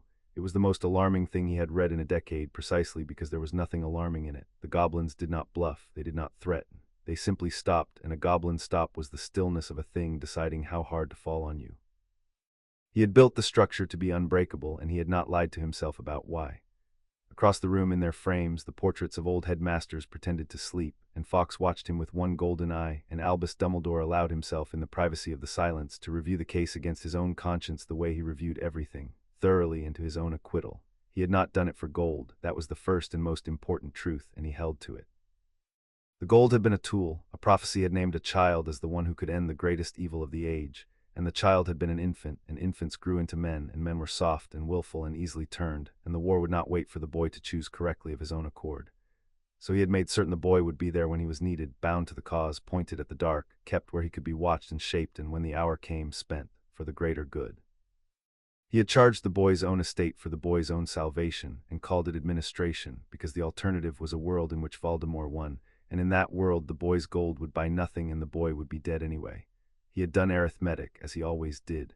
He had weighed one orphan's childhood against the survival of magical Britain, and the scale had not been close, and he had signed. And he was old enough and honest enough in the one room where he was honest to know the place where the arithmetic became a lie. He had not needed the relic. The cloak had nothing to do with the war. He had taken it because he had wanted it his whole life, and a dead man's house had been undefended, and he had told himself a reason. He had not needed to name himself reversionary heir. He had told himself it was tidy. He knew in the silence that tidy was the word a man used when he did not wish to look at the thing directly. He had done a great wrong inside a great necessity, and he had let the wrong and the necessity wear the same robe so that he would never have to separate them. The goblins had separated them. That was what the silence meant. He did not panic. Panic was for men with one move. Albus Dumbledore had spent 114 years acquiring the habit of having several. The boy could not unmake the contracts. The codicil saw to that, and the codicil was good work, sealed in goblin fire, self-healing, bundled. The boy could not reach the will. The will was sealed by the chief warlock, and only the chief warlock or the chamber by 2/3, which would never turn on him, not in 1,000 years of asking. The structure held. The structure was sound. He need only wait and let the goblins exhaust their cold arithmetic against a wall he had built precisely to defeat it, and in time the matter would subside, and he would explain to Harry gently, when the boy was older and the war was won and gratitude had replaced anger, that everything had been necessary, and the boy would understand because the boy was good and good men forgave. He reached for a lemon drop and found his hand was not entirely steady, and noted the fact and disliked it. There was a knock at the door, and Severus Snape came in without waiting for the answer, which he did when he was angry, and he was angry now. "I have had," Snape said, "a most interesting letter from Gringotts." He laid it on the desk. It was on the bank's heavy paper, and it bore the clenched fist seal, and Dumbledore read it without touching it. "It informs me that I am named the beneficiary of an instrument of apprenticeship I did not sign, binding a student I do not want for 7 years I did not agree to, and that this instrument is under review for fraud, and that as a named beneficiary I may be called to account for benefits I never sought to receive." His black eyes were fixed on the headmaster. "I did not sign it, Albus. You signed it, in my name, as you appear to have signed a great many things in a great many names." A pause, and his voice dropped to something very quiet. "How many?" Dumbledore looked at the man he had spent a decade and a half binding to his purposes with guilt and grief and necessity, and understood with the clarity the silence had brought that the structure had a flaw he had not weighed. He had assumed his beneficiaries would defend their benefits. He had not considered that some of them had never wanted the benefit and would hate him for the gift. "Severus," he said gently, "sit. There is a great deal you do not understand about why." "How many?" Albus said Snape, and did not sit. Dumbledore did not tell him how many. He told him instead about the war, about the prophecy and the necessity and the weighing of one childhood against a nation, and he told it well, because he had told it to himself 10,000 times, and every joint of it was worn smooth. Snape listened to all of it with his arms folded, and when it was done he was quiet for a moment, and then he said something that Albus Dumbledore would remember for the rest of what remained of his career. "You always have a reason," Snape said. "That is what I have never been able to forgive, not that you do these things, that you are never, even for one honest second, simply a man who wanted something and took it. There is always the war, there is always the greater good. There is always the long view that only you are tall enough to see." He picked his letter back up off the desk. "I am going to write to Gringotts and tell them the truth, that I did not sign, did not consent, and want the instrument that names me struck from their books at the first opportunity. I will not hang for your arithmetic, Albus. I have hung for enough of it already." He turned at the door. "You should know that they will read that letter as the first crack in your wall. A beneficiary who refuses his benefit, I find I do not much care. I have spent 15 years being a thing you signed. I would like, before the end, to be something I chose." The door closed behind him quietly, which was worse than a slam. Albus Dumbledore sat alone in the office full of sleeping portraits and looked at the silence where the bell used to ring, and for the first time considered, seriously, the possibility that he had built his unbreakable structure on the one assumption that could not be sealed in goblin fire, that everyone he had used would go on letting themselves be used. He reached again for the lemon drops, and this time did not pretend his hand was steady, and began, methodically, to plan. The notice came at noon the following day, and it came in the worst possible way for him, which was to say the most public one. The great hall was full, the last week of the summer term, the staff at the high table, a scattering of students who had stayed for examinations, the enchanted ceiling showing a flat blue July sky. Albus Dumbledore was halfway through a perfectly ordinary lunch when the doors of the great hall opened on their own, and a goblin walked the length of the room. He was not large. He wore the plated coat of the bank, and it chimed at every step, and the chiming was the only sound in the hall, because 400 years of habit had taught every wizard present that a goblin who walked uninvited into a wizarding hall in his coat of office was not a thing one interrupted. He stopped before the high table. He looked up at the headmaster with flat black eyes, and he spoke, and his voice carried to every corner of the silent hall, because he had clearly been chosen for the carrying. "Albus Percival Wulfric Brian Dumbledore," said Scarlock, "by the standing law of the Goblin Nation and the treaty between the nation and the Wisengamot, you're served notice. The Bank of Gringotts has found, in instruments bearing your seal, evidence of fraud worked through the Goblin Nation against the estate of a ward held in our keeping. 12 instruments are placed in contest. You are named in all 12. The account is frozen, the fund is held, and the nation will be answered." Drew from his coat a single sheet, not paper, but the beaten silver Harry knew, blazing faintly with cold fire even in the July daylight, and he did not hand it to Dumbledore because goblins did not hand things to men they were accusing. He set it down on the high table on the white cloth between the soup and the salt and stepped back. "What is bound by will may be unbound by will. You bound 12 things under an authority you did not hold. The nation has come to read the authority. Good day." He turned and walked the length of the silent great hall, and his coat chimed all the way to the doors, and the doors closed behind him. For a moment nobody moved. 400 years of believing that Albus Dumbledore was the fixed point around which their world turned sat in the room like a held breath.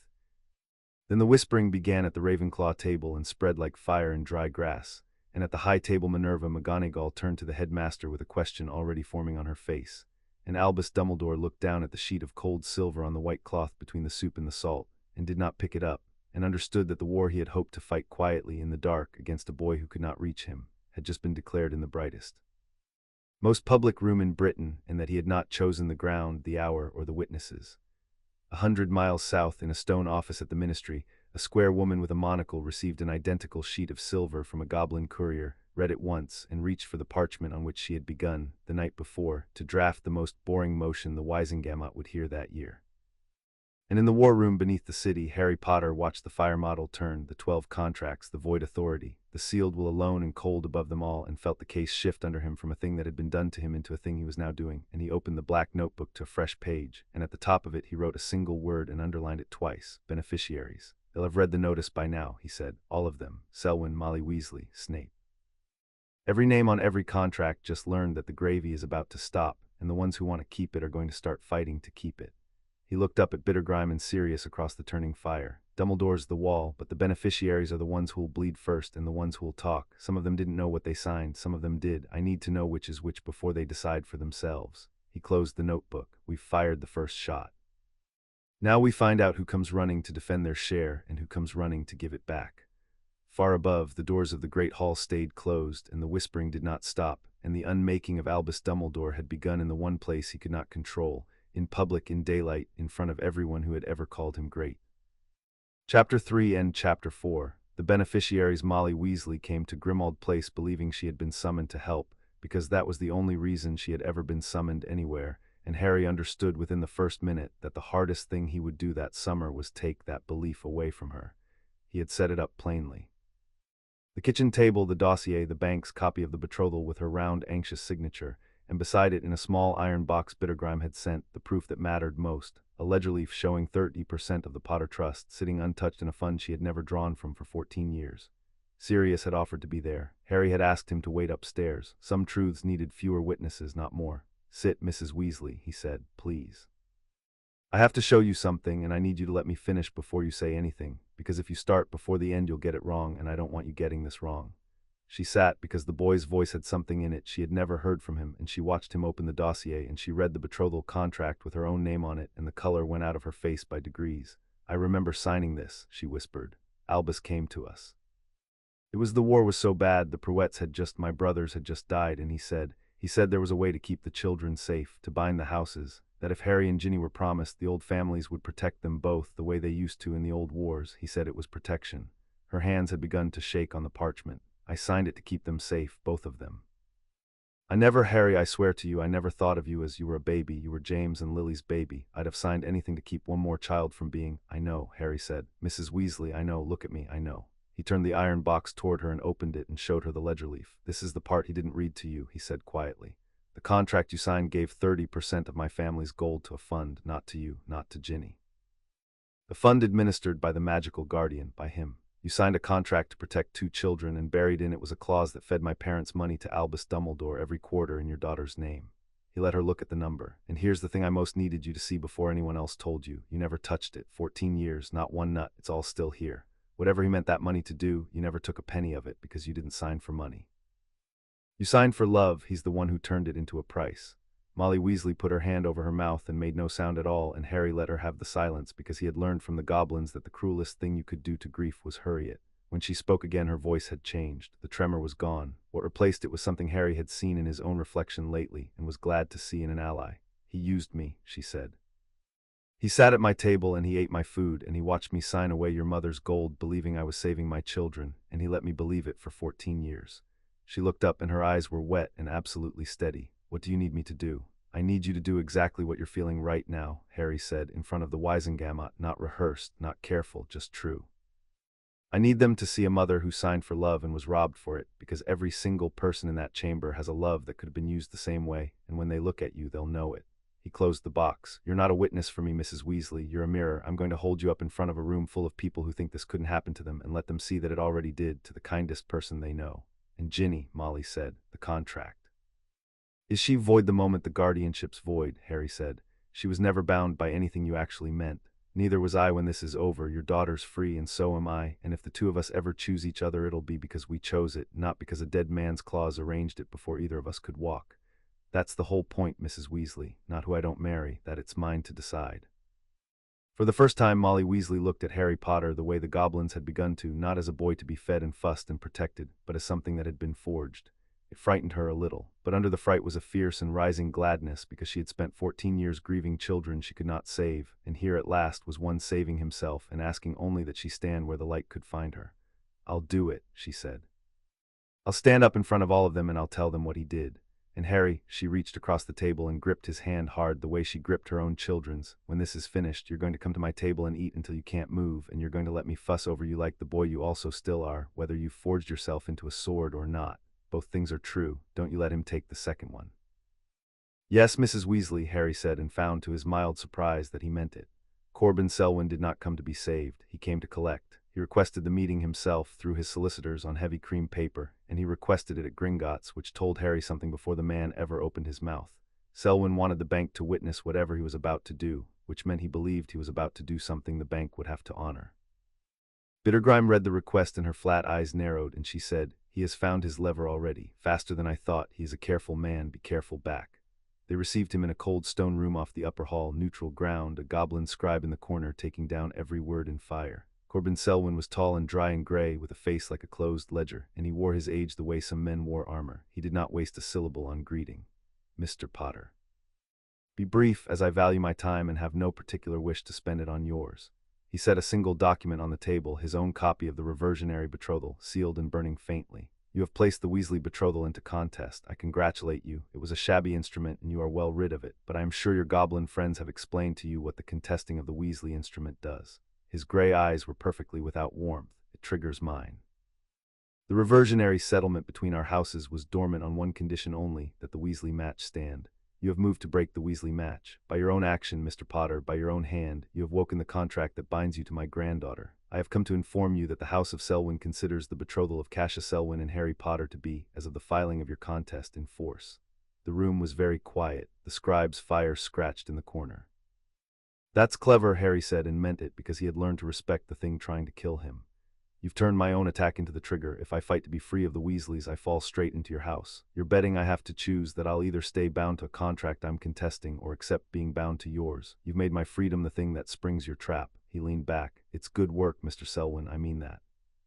But it has one flaw, and you've been a careful man too long to like hearing what it is.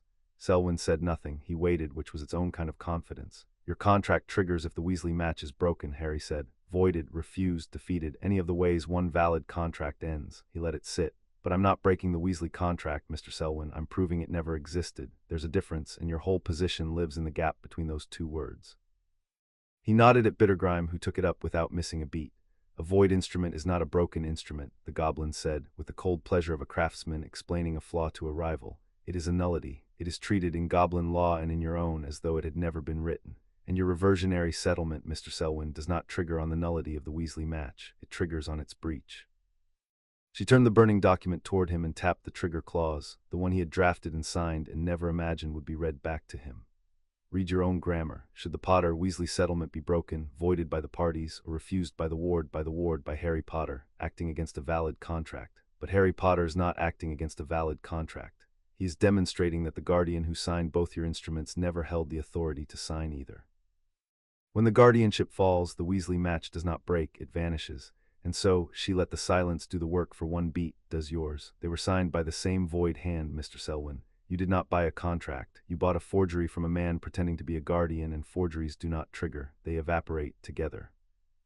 For the first time, something moved in Corbin Selwyn's gray face, not fear. The man was too old and too hard for fear, but the cold recalculation of a chess player who has just seen a line he did not look down. You are saying, he said slowly, that I cannot enforce my contract without first conceding that the guardianship was valid. And the moment I concede the guardianship was valid, I have entered your war on your side against Dumbledore and helped you prove the very authority that he stopped. That voids your contract too, Harry finished. Yes, you're in the same trap he built for me, Mr. Selwyn, except he built yours by accident. To enforce the snare, you have to defend the floor it stands on, and the floor is the thing we're tearing out. You can stand with Dumbledore and insist the guardianship was good, and lose your investment when it falls anyway, because his fall takes everything signed under it. Or you can stand against him, help us prove it void, and lose your investment cleanly today with at least the dignity of having been on the side that won. He spread his hands. Either way, Mr. Selwyn, you do not get my granddaughter married to you. The only choice you have left is which way you'd rather lose. I think about it. You strike me as a man who hates losing badly more than he hates losing. Corbin Selwyn looked at Harry Potter for a long moment with his closed ledger face, and then he picked up his burning document and rolled it and stood. You are not what was advertised, he said at the door. The prophet sells a reckless boy who falls into adventures. They are going to be very surprised. He paused. I will consider my position. Do not mistake that for surrender.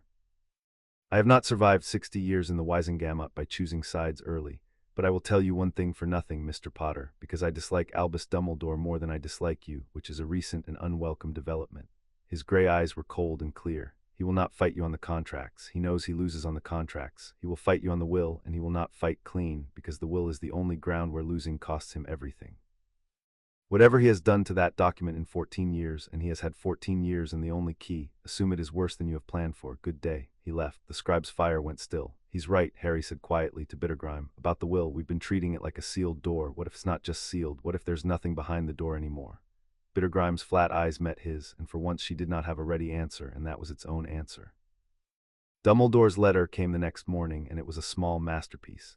It did not mention the contracts. It did not mention the frieze or the notice served in his own great hall or the silence where the bell used to ring. It expressed in warm and graceful sentences an old man's hope that a misunderstanding had grown larger than it needed to, and a wish to speak with Harry directly, as we always have, my boy, before lawyers and goblins made friends into strangers. It was kind. It was reasonable. It was the letter of a man who had decided that his best remaining weapon was the relationship itself. Harry agreed to the meeting and chose the ground and chose Gringotts, a bare stone room with a goblin scribe in the corner, the same room where Selwyn had failed. He wanted Dumbledore to feel, the moment he walked in, exactly whose house he was standing in. Albus Dumbledore came alone, in robes the color of a winter sky, and he was magnificent, and Harry felt the pull of him before he had said a word, the warmth, the apparent sorrow, the sense the man radiated of being terribly, tiredly wise about a world that kept disappointing him. He sat across the bare table and looked at Harry with eyes that managed to be both twinkling and grieved, and Harry understood that he was looking at the finest performance he would ever see, and that the man giving it half believed it himself, which was what made it dangerous. Harry, Dumbledore said gently, you look well, older. I am sorry it took something like this to make me see how much older. He folded his hands. I will not insult you by pretending nothing has happened. Things were done when you were small that look very dark in this cold goblin light. I will not even tell you they were right. I will tell you only that they were done in a war by a frightened man who believes that the cost of losing you to that war was greater than the cost of binding you to it. Everything I did, Harry, I did so that you would still be alive to be angry at me. I would rather have your fury than your grave. That is the whole of my crime. I loved a cause more than I loved your childhood, and I told myself the cause would give your childhood back to you when it was won. It was very good. Harry felt the part of him that was still a motherless boy lean toward it, and he let that part lean and watched it and did not move. That's a beautiful speech, Harry said. I mean it. You've clearly told it to yourself a lot of times. He kept his voice level, almost gentle. Here's the problem with it. Every word you just said was about the war and the cause and the greater good and the prophecy you haven't mentioned yet but are about to. Not one word was about the cloak. He watched the old man's face and saw the twinkle hold steady, which was how he knew he had struck home. The invisibility cloak had nothing to do with any war, Professor. It doesn't fight Voldemort. It doesn't keep me alive. You took it because you've wanted it your whole life, and a dead man's house was empty, and you wrote yourself a key to the nursery. There's no greater good in that one. There's just a man who saw a thing he wanted and took it from a baby. He let that sit. So before you tell me the rest of the speech, I need you to know that I've already found the line in it where the war ends and the wanting begins. And once I've found one, Professor, I stop believing the others. For a moment, just a moment, the warmth in Albus Dumbledore's face thinned, and underneath it Harry saw the thing that had built 12 contracts. Not malice, which would have been easier, but a vast and patient certainty. The certainty of a man who had been the cleverest person in every room for 100 years and had stopped long ago being able to imagine that he might simply be wrong. You have grown sharp, Dumbledore said quietly. Sharper than is good for you, perhaps. Sharpness cuts the hand that holds it as often as the enemy. He sighed, and the grief came back into the lines of his face, and his next words were softer, sadder, and Harry recognized the shift for what it was, the abandonment of one weapon and the drawing of another. Harry, I am going to say a hard thing because someone must, and better it come from me, who loves you, than from a chamber that does not. There is a matter of a debt between us, a life debt. Your parents lived as long as they did because of protections I gave them. You yourself drew breath more than once because of choices I made. The magic itself records such things, Harry, whatever the goblins tell you about ink and forgery. And a wizard who moves against the one to whom he owes his life. The old eyes were sorrowful and steady and merciless. Does a thing the magic does not forgive and the world does not honor. I do not say this to threaten you.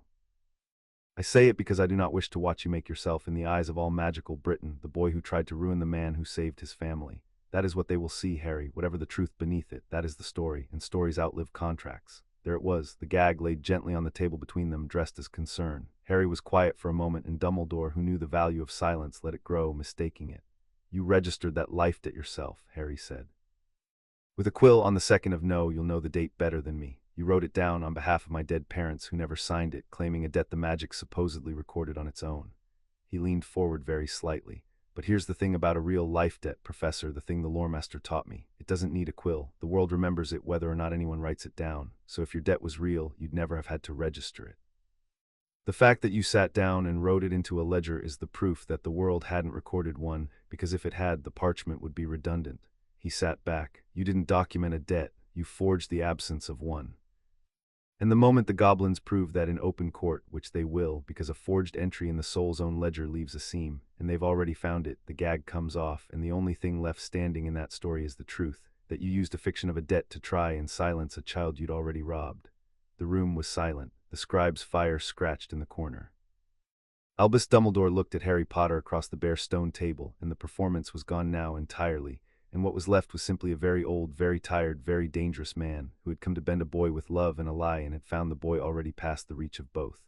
You will not win this, Dumbledore said at last, and the gentleness was real now, which made it worse. Not because I am stronger, Harry, I am old and tired, and I have made more mistakes than you have years. You will not win because the world is not built to believe what you are about to ask it to believe. It does not want the kindly old man to be the thief. It will fight you harder than I ever could to keep its story. I have spent a century learning that men cling to a comfortable lie long after the truth is screaming in their faces. You are going to spend this summer learning it too. He rose. I did love you. That is the part you will find hardest to forgive because it is true and it does not help you at all. He moved to the door. I am sorry, Harry, for more than you yet know, and I will still beat you because being sorry and being beaten are not the same thing, and I have never confused them. He left. Harry sat alone in the cold stone room for a moment and let his hands unclench finger by finger and discovered that the thing he felt was not fear and was not even anger anymore. It was certainty. The man had told the truth at the end. The world would fight to keep its story, and in telling it, he had handed Harry the shape of the whole war to come. It would not be one in the contracts. It would be one in the one room where the story could be killed in front of everyone who believed it. He's going to attack the will, Harry said to the scribe, who was not really listening, who was only fire. Selwyn said it. He just confirmed it. Everything else is a feint. The will is the war. He stood, so we stop guarding the door and we find out what's behind it today. The answer to what lay behind the door began, like everything in this case, with goblin record-keeping. You have been thinking of the will as one document, Bittergrimes said, when Harry brought Selwyn's warning and Dumbledore's confirmation down to the war room. That is a wizard's habit. A wizard makes one precious thing and guards it. A careful wizard in a war makes copies and lodges them where different powers guard them so that no single hand can reach them all. She conjured the fire model anew. Your parents were careful. They were under the Fidelius. They knew they might die. People like that do not lodge one will. By your own law, the will of an ancient house goes to the Wisengamot record room, that copy he sealed. But a Gringotts client of standing may also lodge a sealed duplicate in his own vault under the bank's protection, where no ministry seal and no chief warlock can touch it. Many do. The question I have spent the night answering is whether James and Lily Potter did. And, Harry said, they did. Bittergrime's flat eyes gleamed. On the 14th of October 1981, 17 days before they died, a sealed instrument described as the last testament of James Charles Potter and Lily Potter was lodged in the Potter family vault. We have it recorded. The bank witnessed its entry. She paused, and the pause had weight. It is not there now. The war room went still. When did it leave? Harry said, and who took it? That, said Bittergrime, is the most beautiful and most damning fact in this entire case, and to understand why, you must understand a thing about this bank that wizards forget because it is convenient to forget it. She brought up a new pane of fire, a long unbroken column of goblin script. We do not keep records of what is in a vault. That is the client's business. We keep records of what moves, every item that ever enters a vault, every item that ever leaves it, who carried it, and when witnessed and sealed and carved into the rock of the Hall of Reckonings, where it cannot be altered, cannot be sealed, cannot be reached by any chief warlock or any court, because it is not a document. It is the memory of the nation, and the nation does not forget a thing that moved. Her claw came down on a single line in the column. On the 9th of November, 1981, 9 days after your parents died, a week after he sealed the record room copy, the magical guardian of the Potter heir entered the Potter family vault under the authority of his guardianship and withdrew one sealed instrument, the last testament of James and Lily Potter. He carried it out himself. It has not been seen since. Harry looked at the line of fire for a long moment. He couldn't reach the vault copy with a seal, he said slowly, working it out aloud. A ministry seal stops the record room copy from being read, but it can't touch what's inside a Gringotts vault. So the vault copy was the dangerous one, the one nobody could stop him from reading, but also the one nobody could stop anyone else from reading if they had cause to open the vault. So he didn't seal it, he took it. He walked into my dead parents' vault and removed the only copy of their will that he couldn't otherwise control, 9 days after they died, and made it disappear. He looked up, and the bank watched him do it and wrote it in stone, because you write everything in stone. We write everything in stone, Bittergrime agreed with terrible satisfaction. He sealed the copy he could seal. He stole the copy he could not. And in stealing it, he created, in the one record he could neither reach nor forge nor seal, proof that he did both. Ere Potter, we may never recover the document itself. He has had 14 years and 100 ways to destroy it. But we do not need the document to prove the will existed, that it named a guardian other than himself, and that he knew it and removed it. The manifest of the Hall of Reckoning says all three. He buried the will. The grave has his footprints in it. And the footprints are carved in goblin stone that no court in Britain has the power to erase. It was, Harry understood, the turning of the whole war, and it still was not enough, and he made himself say so, because the goblins respected the man who saw the flaw in his own good news. It proves the will existed and named someone else. It doesn't prove it named Sirius. For the guardianship to be void, we need the actual terms. We need to put the words Sirius Black, Guardian, in front of the chamber. The manifest gets us to the door. It doesn't open it. He looked at the sealed record room copy, alone and cold in the fire model. We still have to unseal that, and he still controls the seal. And now he knows we know there's nothing behind it but the one copy he can still destroy. The door opened in the most unwelcome way Harry could have imagined. Severus Snape walked through it. He came to Gringotts unannounced in his black traveling coat, and he looked at Harry across the war room table with the old familiar contempt worn thin over something Harry had never seen in him before, a kind of grim, settled resolve. He did not sit. He set a small crystal vial on the jet table, and in it a silver thread of memory turned slowly, and he kept 2 fingers on it for a moment as if reluctant even now to let it go. "Do not thank me," Snape said. "I am not here for you. I have spent 15 years as a thing that man signed, and I find I would like to be the one to break the quill. This," he nudged the vial half an inch toward Harry, "is the only currency I have that will do it." His black eyes were flat. 2 days after your parents died, I went to Dumbledore's office. My reasons are my own, and you will not have them. The will of James and Lily Potter was on his desk, open. I read it, because I read everything on every desk I made to stand at. It is how I have stayed alive. I saw the guardianship clause with my own eyes. A pause, and something moved far back in his face. It named Sirius Black. In the event of their deaths, the care and guardianship of their son was to pass to Sirius Black, and failing him, to Alice and Frank Longbottom, and under no circumstances, the will said it in those words, your mother's hand, I would know it anywhere, under no circumstances was the boy to be placed with Petunia Dursley. The war room was silent. Sirius, by the wall, had gone absolutely still. He read it in front of me, Snape went on, and then he folded it, and he said, the contempt cracked just slightly on the memory, he said, I am afraid Sirius is not available, and the boy must go where the blood protection can hold. It is regrettable, it is necessary, Lily would understand, and he sealed it. I watched him seal the one document that would have kept you out of that house, and tell a dead woman she would understand, and I said nothing because I was a coward and because I hated you for being half of him. His jaw worked. I have carried that memory for 14 years. Take it, put it in a pensive in front of the whole Wisengamot. Let them watch him fold your mother's last wish and call it regrettable. It will not make me clean, nothing will. But it will make him seen, and I find at the end that I want that more than I want to stay hidden. Harry looked at the silver thread turning in the vial, proof, in the man's own mouth and his own memory, of the will's contents, of Dumbledore's knowledge, of the deliberate choice to bury Lily Potter's last wish and send her son to the one place she had forbidden. I'm not going to thank you, Harry said. You told me not to, and you meant it, and you're right that you're not doing it for me. He picked up the vial, but I'll tell you what I think anyway, because you came a long way to pretend you didn't care. You said you want to be the one to break the quill. That's not nothing, Professor. A man who spent 15 years as somebody's instrument, choosing finally to be the thing that ends the man who signed him. My mother would understand that. She'd understand it better than anything he ever said over her grave. He pocketed the memory. Your bond's already void the day the guardianship falls. You didn't need to bring me this to free yourself. You brought it because some part of you wanted once to do the thing she'd have wanted instead of the thing he ordered. I'm not going to insult you by calling that redemption. I'm just going to call it true. For a moment Severus Snape looked at Harry Potter as though seeing, behind the green eyes everyone always mentioned, something else, something colder and clearer and entirely his own. You are not your father, Snape said, which from him was not an insult and not a compliment, but something stranger and more honest than either. He turned to go. At the door he paused, without looking back. He told you the world will fight to keep its story. He is right, but he forgot to tell you the rest of it because he has never needed to know it. A beat. The story breaks the moment one person it trusted stops telling it. I am the first. I will not be the last. Goodbye, Potter. He left, and the silver thread turned in Harry's pocket, and Sirius let out a breath he seemed to have been holding for 14 years. Alice and Frank, Sirius said quietly. Failing me, it went to Alice and Frank Longbottom. I'd forgotten. James wrote that in. He laughed once raw. 3 names, Harry, 3 people who'd have raised you, and he crossed out all 3 with a wax seal and a sentence about blood and sent you to a cupboard. He scrubbed his face. We've got him. The manifest proves the will existed, and he took it. Snape's memory proves what it said. All that's left is making them let us prove it, Harry said. In the one room he controls before he can destroy the last copy. He set Snape's vial in the iron box beside the dossier and closed the lid and looked north again toward the castle, toward the careful, patient man who had folded a dead woman's wish and called it regrettable. Which means it all comes down to the motion, the boring little motion. We have to get it scheduled and heard and won before he finds a way to make the record room copy vanish the way the vault copy did.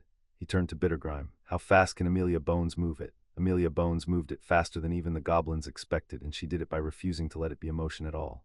A motion can be delayed, she told Harry in her bare stone office the morning after Snape's memory came to light. The chief warlock sets the Wisengamot calendar.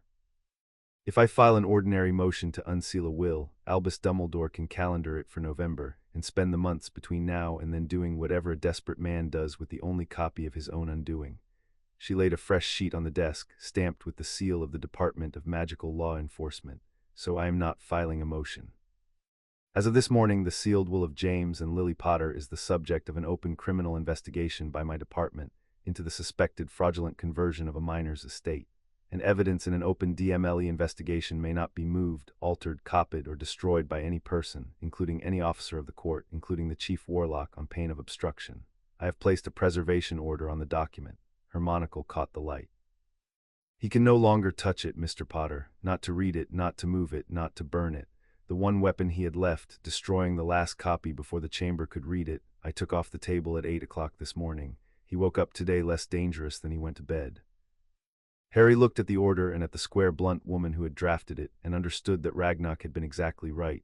She was a force he did not command, doing the right thing for her own reasons, and she had just won him the most important hour of the war without being asked. And the unsealing itself, he asked. Now it is not housekeeping. Now it is an evidentiary application in a criminal matter, and those must be heard within 14 days, a rule written, ironically, by a Wisengamot that wanted to stop powerful men from burying inconvenient evidence under the calendar. She almost smiled. The application to unseal will be heard a fortnight from Thursday in full session before the whole chamber, 2/3 to override the seal. He will know the date by tonight. She set down her quill. I have given you your fortnight in your full chamber, Mr. Potter. I have made certain the evidence survives to be read. The rest is yours, and I will tell you what I told you the first day. The instant it stops being clean, I am gone, so do not make it dirty. You are about to win the most public legal fight in a generation. Win it like a lawyer, not like a boy with a grievance, or you will hand him back the only thing he has left, the chamber's sympathy. Albus Dumbledore did not waste the fortnight, because Albus Dumbledore had never wasted anything in his life. If he could not destroy the will and could not delay the hearing, he could still do the thing he did best. He could work the chamber. Word began to move through the Wisengamot, gentle and grave and entirely deniable, that the poor Potter boy had fallen under the influence of the goblins, who had their own ancient grudges against wizard kind. That grief and adolescence had made him reckless, that a great man's enemies were using a confused child as a blade against him. That surely, the chamber would not humiliate the savior of magical Britain over the bookkeeping of a war he had won at terrible cost. He did not say these things himself. He had spent a century learning that the most powerful words are the ones other people repeat for you, and within days a third of the chamber was repeating his. A block formed around him, as blocks always did, the frightened, the loyal, the indebted, the men who could not survive the picture of a world in which Albus Dumbledore was a thief, because if he was a thief then they had been fools for 100 years, and no man votes himself a fool. Corbin Selwyn was not among them, but neither was he against them. The old man sat exactly where he had said he would, on the fence, watching to see which way the wind would carry his investment, and Harry let him sit, because a careful enemy who has not chosen is one move from being a careful ally. "He's going to make it about him," Harry said the night before the hearing, standing over the fire model in the war room with Sirius and Bittergrime, and by Floo Flame in the corner, the blunt, grave face of Amelia Bones. "Exactly like he warned me he would. He can't win on the will, so he won't fight the will. He'll fight the story. He'll stand up in that chamber and turn it into a referendum on whether the great Albus Dumbledore could possibly have done such a thing, and he'll be magnificent, and half the room will weep, and they'll vote to keep their hero rather than face what's behind the seal."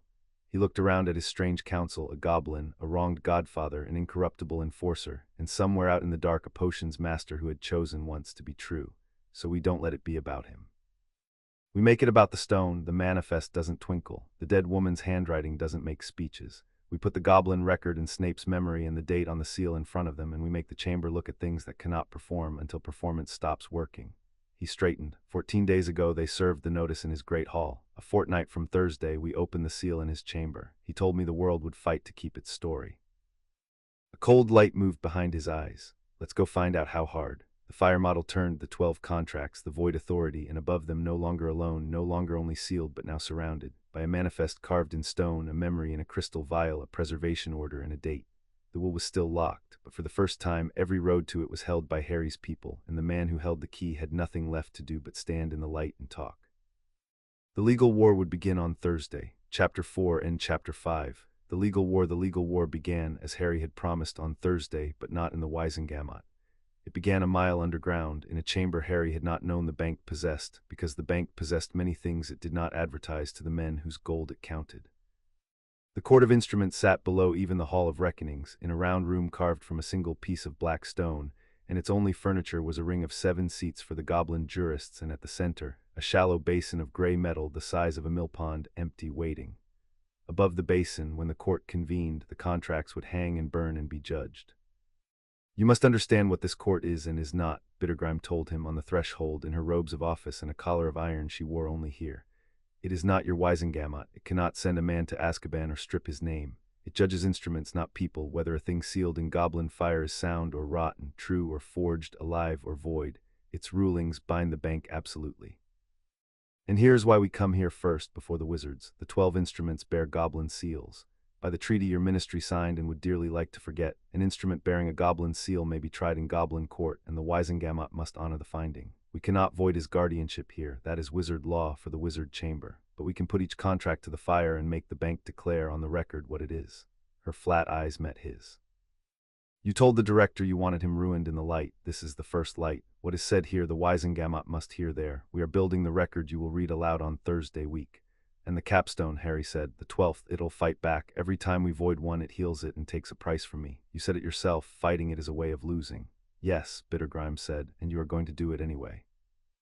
"Tell me why, Herr Potter, because if you cannot say it, you are not ready to walk in." Harry had thought about little else for a fortnight. "Because I'm not trying to win in there," he said. "I can't, the capstone makes sure of that. But every time it heals a contract I've just proven is a forgery, it does it in front of the goblin court, it reaches out and resurrects a fraud and punishes the person who exposed it. That's not a contract clause, that's a curse. And the more times we make it do that on the record, the more we prove that the 12th instrument isn't a legal document at all. It's a self-healing curse Albus Dumbledore sealed in goblin fire to protect 11 crimes." He looked at the basin. "I'm not going in there to break the contracts. I'm going in to make the capstone show the whole world what it is. I'll lose every ruling, and every loss is evidence." Bittergrime looked at him for a long moment, and then she did the thing she did so rarely it still startled him. She smiled. Then you are ready, she said. Come, lose beautifully. The 7 jurists took their seats. Ragnarok did not sit among them, a director did not judge, he told Harry, he only enforced, but he stood at the wall in his plated coat, and his presence sat on the room like weight on a scale. Scarlock presented the bank's findings. Gornuk the loremaster sat at Harry's side as counsel, because goblin law permitted a party to be advised by one who knew the grammar, and there was no grammar Gornuk did not know. Albus Dumbledore did not come. He sent instead a solicitor, a smooth, expensive wizard named Pelham Ackerley, who specialized in the kind of case that powerful men preferred not to attend in person, and who rose at once to object that no wizard court recognized the jurisdiction of a goblin tribunal over a wizard's affairs. The instruments bear goblin seals, said the chief jurist, a goblin so old her voice had gone to the sound of 2 stones grinding. Article 9 of the Treaty of 1742, which your Wisengamot ratified and has never repealed, places any instrument bearing a goblin seal within the cognizance of this court. Your client chose our seals, Mr. Ackerley. He may not now object to our reading of them. Sit or be removed. The court does not care which. Ackerley sat. He had the look of a man who had been paid very well to lose with dignity and intended to earn it. The first instrument, Scarlock said, and the registered life debt rose burning over the basin, its browned ink and its ancient-seeming page.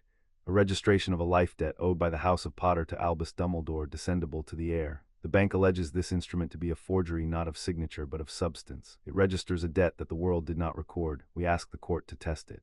On what instrument do you ask the test? The chief jurist grated. On the heir himself, said Gornuk, rising, and Harry felt the room turn toward him.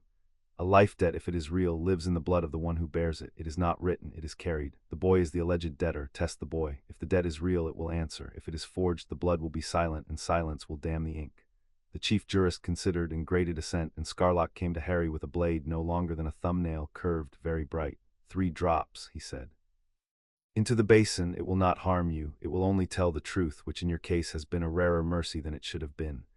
Harry gave the basin 3 drops of his blood. The gray metal drank them, and for a moment nothing happened, and then the basin woke. The blood spread across the surface not as liquid spreads, but as frost spreads, in branching crystalline lines, and where it spread it began to glow, and the glow rose off the surface into a shape, a vast and slowly turning ledger written in light, the soul's own account of Harry Potter, every true binding ever laid upon him hanging in the air in cold fire. There were entries there he had not expected and would think about later, a thread that bound him to a friend who had pulled him from a lake, a debt half-formed toward a house elf, the deep unbreakable root of his mother's sacrifice burning brighter than all the rest.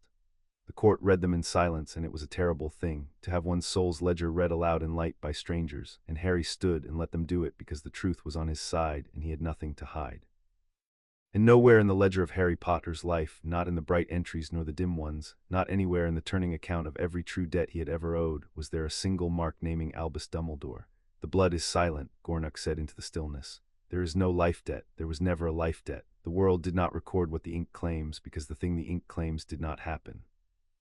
The instrument is a forgery of the soul's own ledger, the gravest forgery the law of contract knows, for it counterfeits not a name but a truth. He turned to the 7. We ask the court to declare the instrument void and to enter in the record that it was forged by the hand that registered it, Albus Dumbledore, who signed a debt the soul of the debtor has never carried.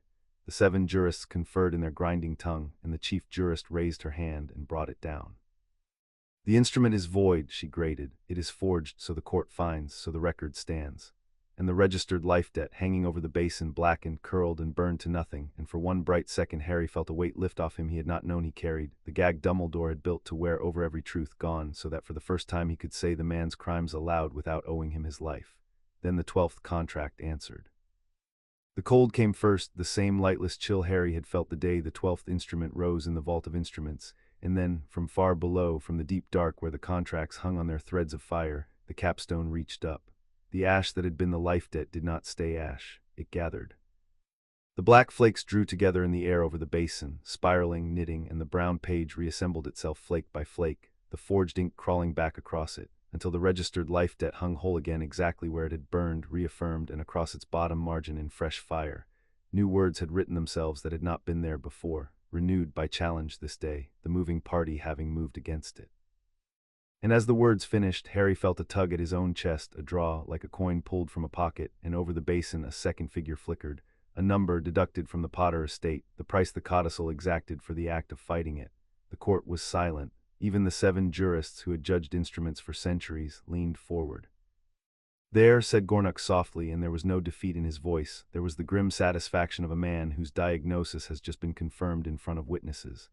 Mark it, court, mark it in the record exactly as it occurred. This court found the life debt forged and void. It burned. And the 12th instrument, the codicil of guardianship in perpetuity, reached out of itself, with no hand to guide it, and resurrected a forgery this court had condemned and levied a fine upon the boy for the crime of exposing it. The loremaster's one milk-white eye swept the 7.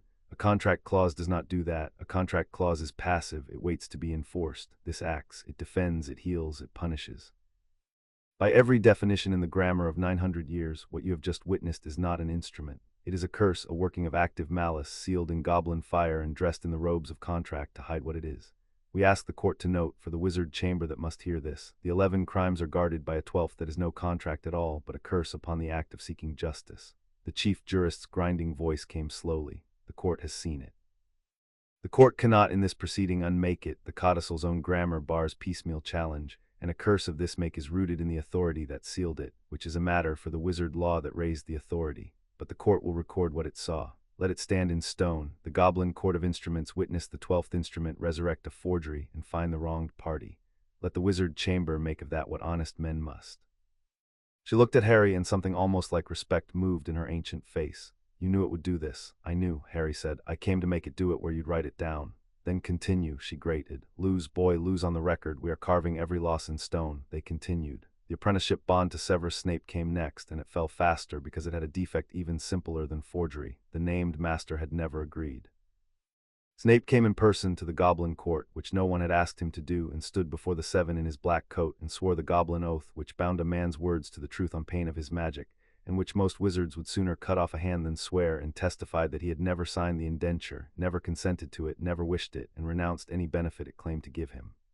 An apprenticeship is a bond between two parties, Gornuk told the court.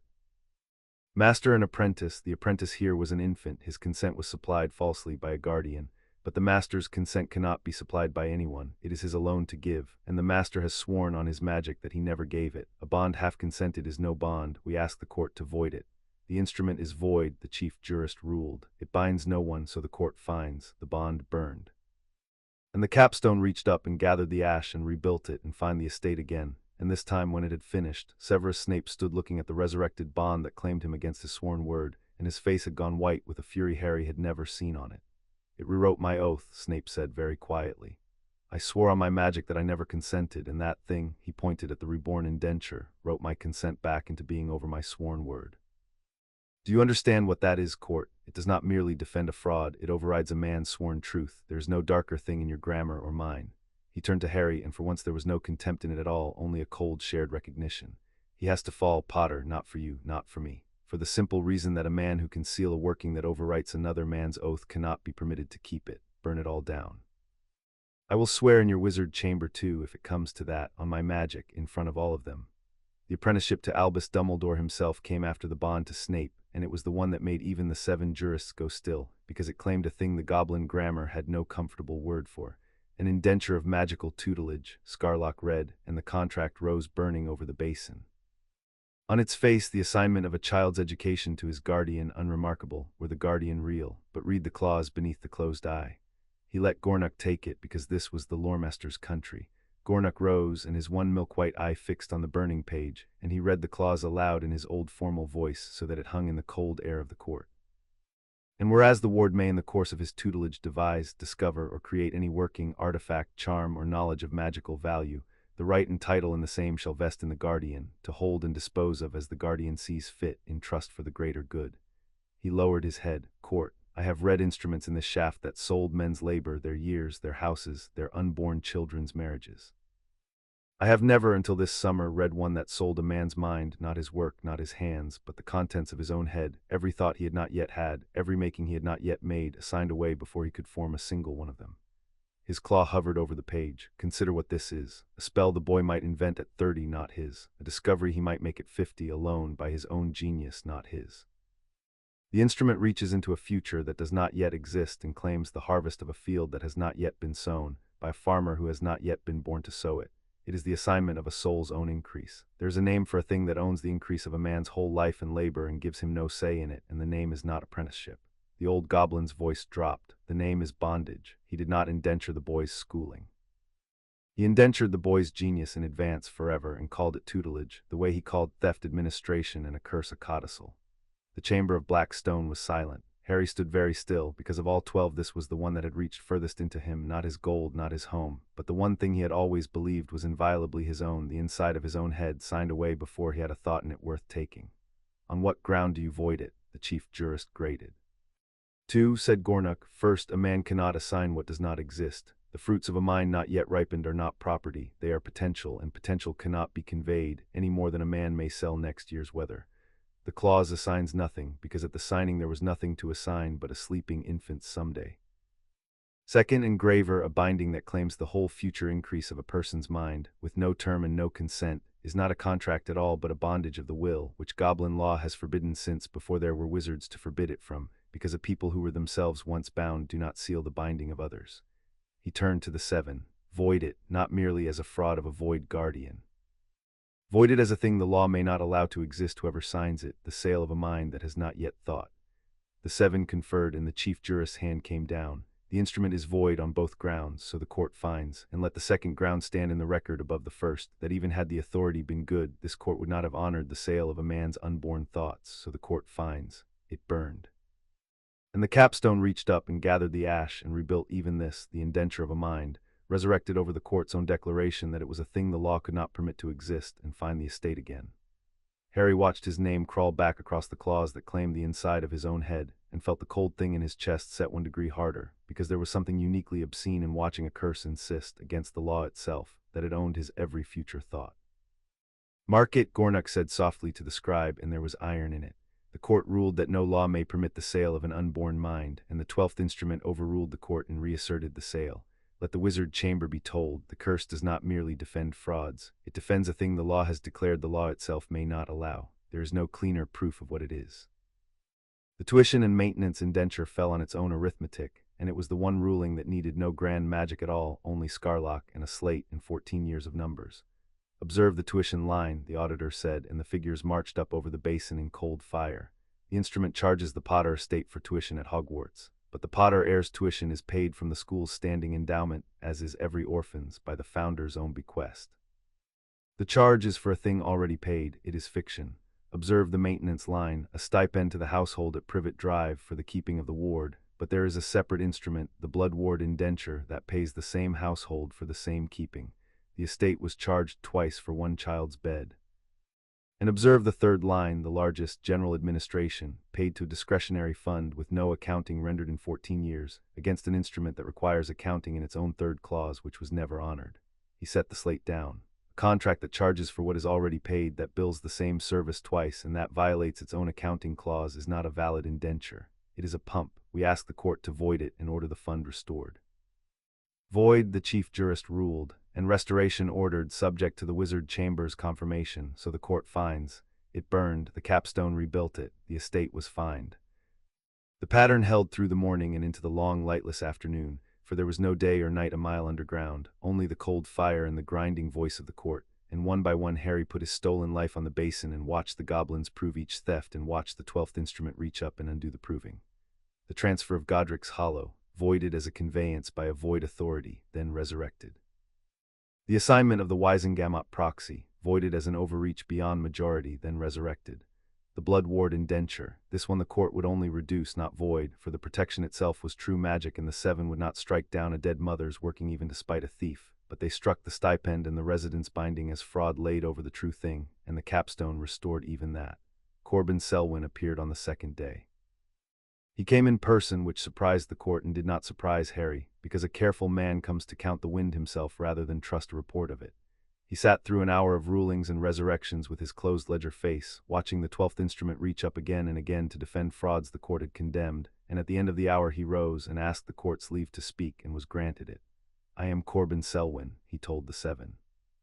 "I hold one of these instruments, the reversionary betrothal, which I purchased with open eyes from the man who is the subject of these proceedings. I came to defend my investment." He paused, and his gray eyes moved to the resurrected life debt, the resurrected bond, the whole ring of condemned and reborn frauds turning over the basin. "I find I cannot, not because I have grown a conscience at my age. The court need not insult us both by pretending that." I cannot defend it because I have watched for an hour a working that overrides this court's own rulings and a sworn man's own oath, and I am old enough to know that any power that can rewrite a ruling and an oath can rewrite a deed of property, which is the only thing I have ever truly cared about. He turned to the chief jurist. I withdraw my claim.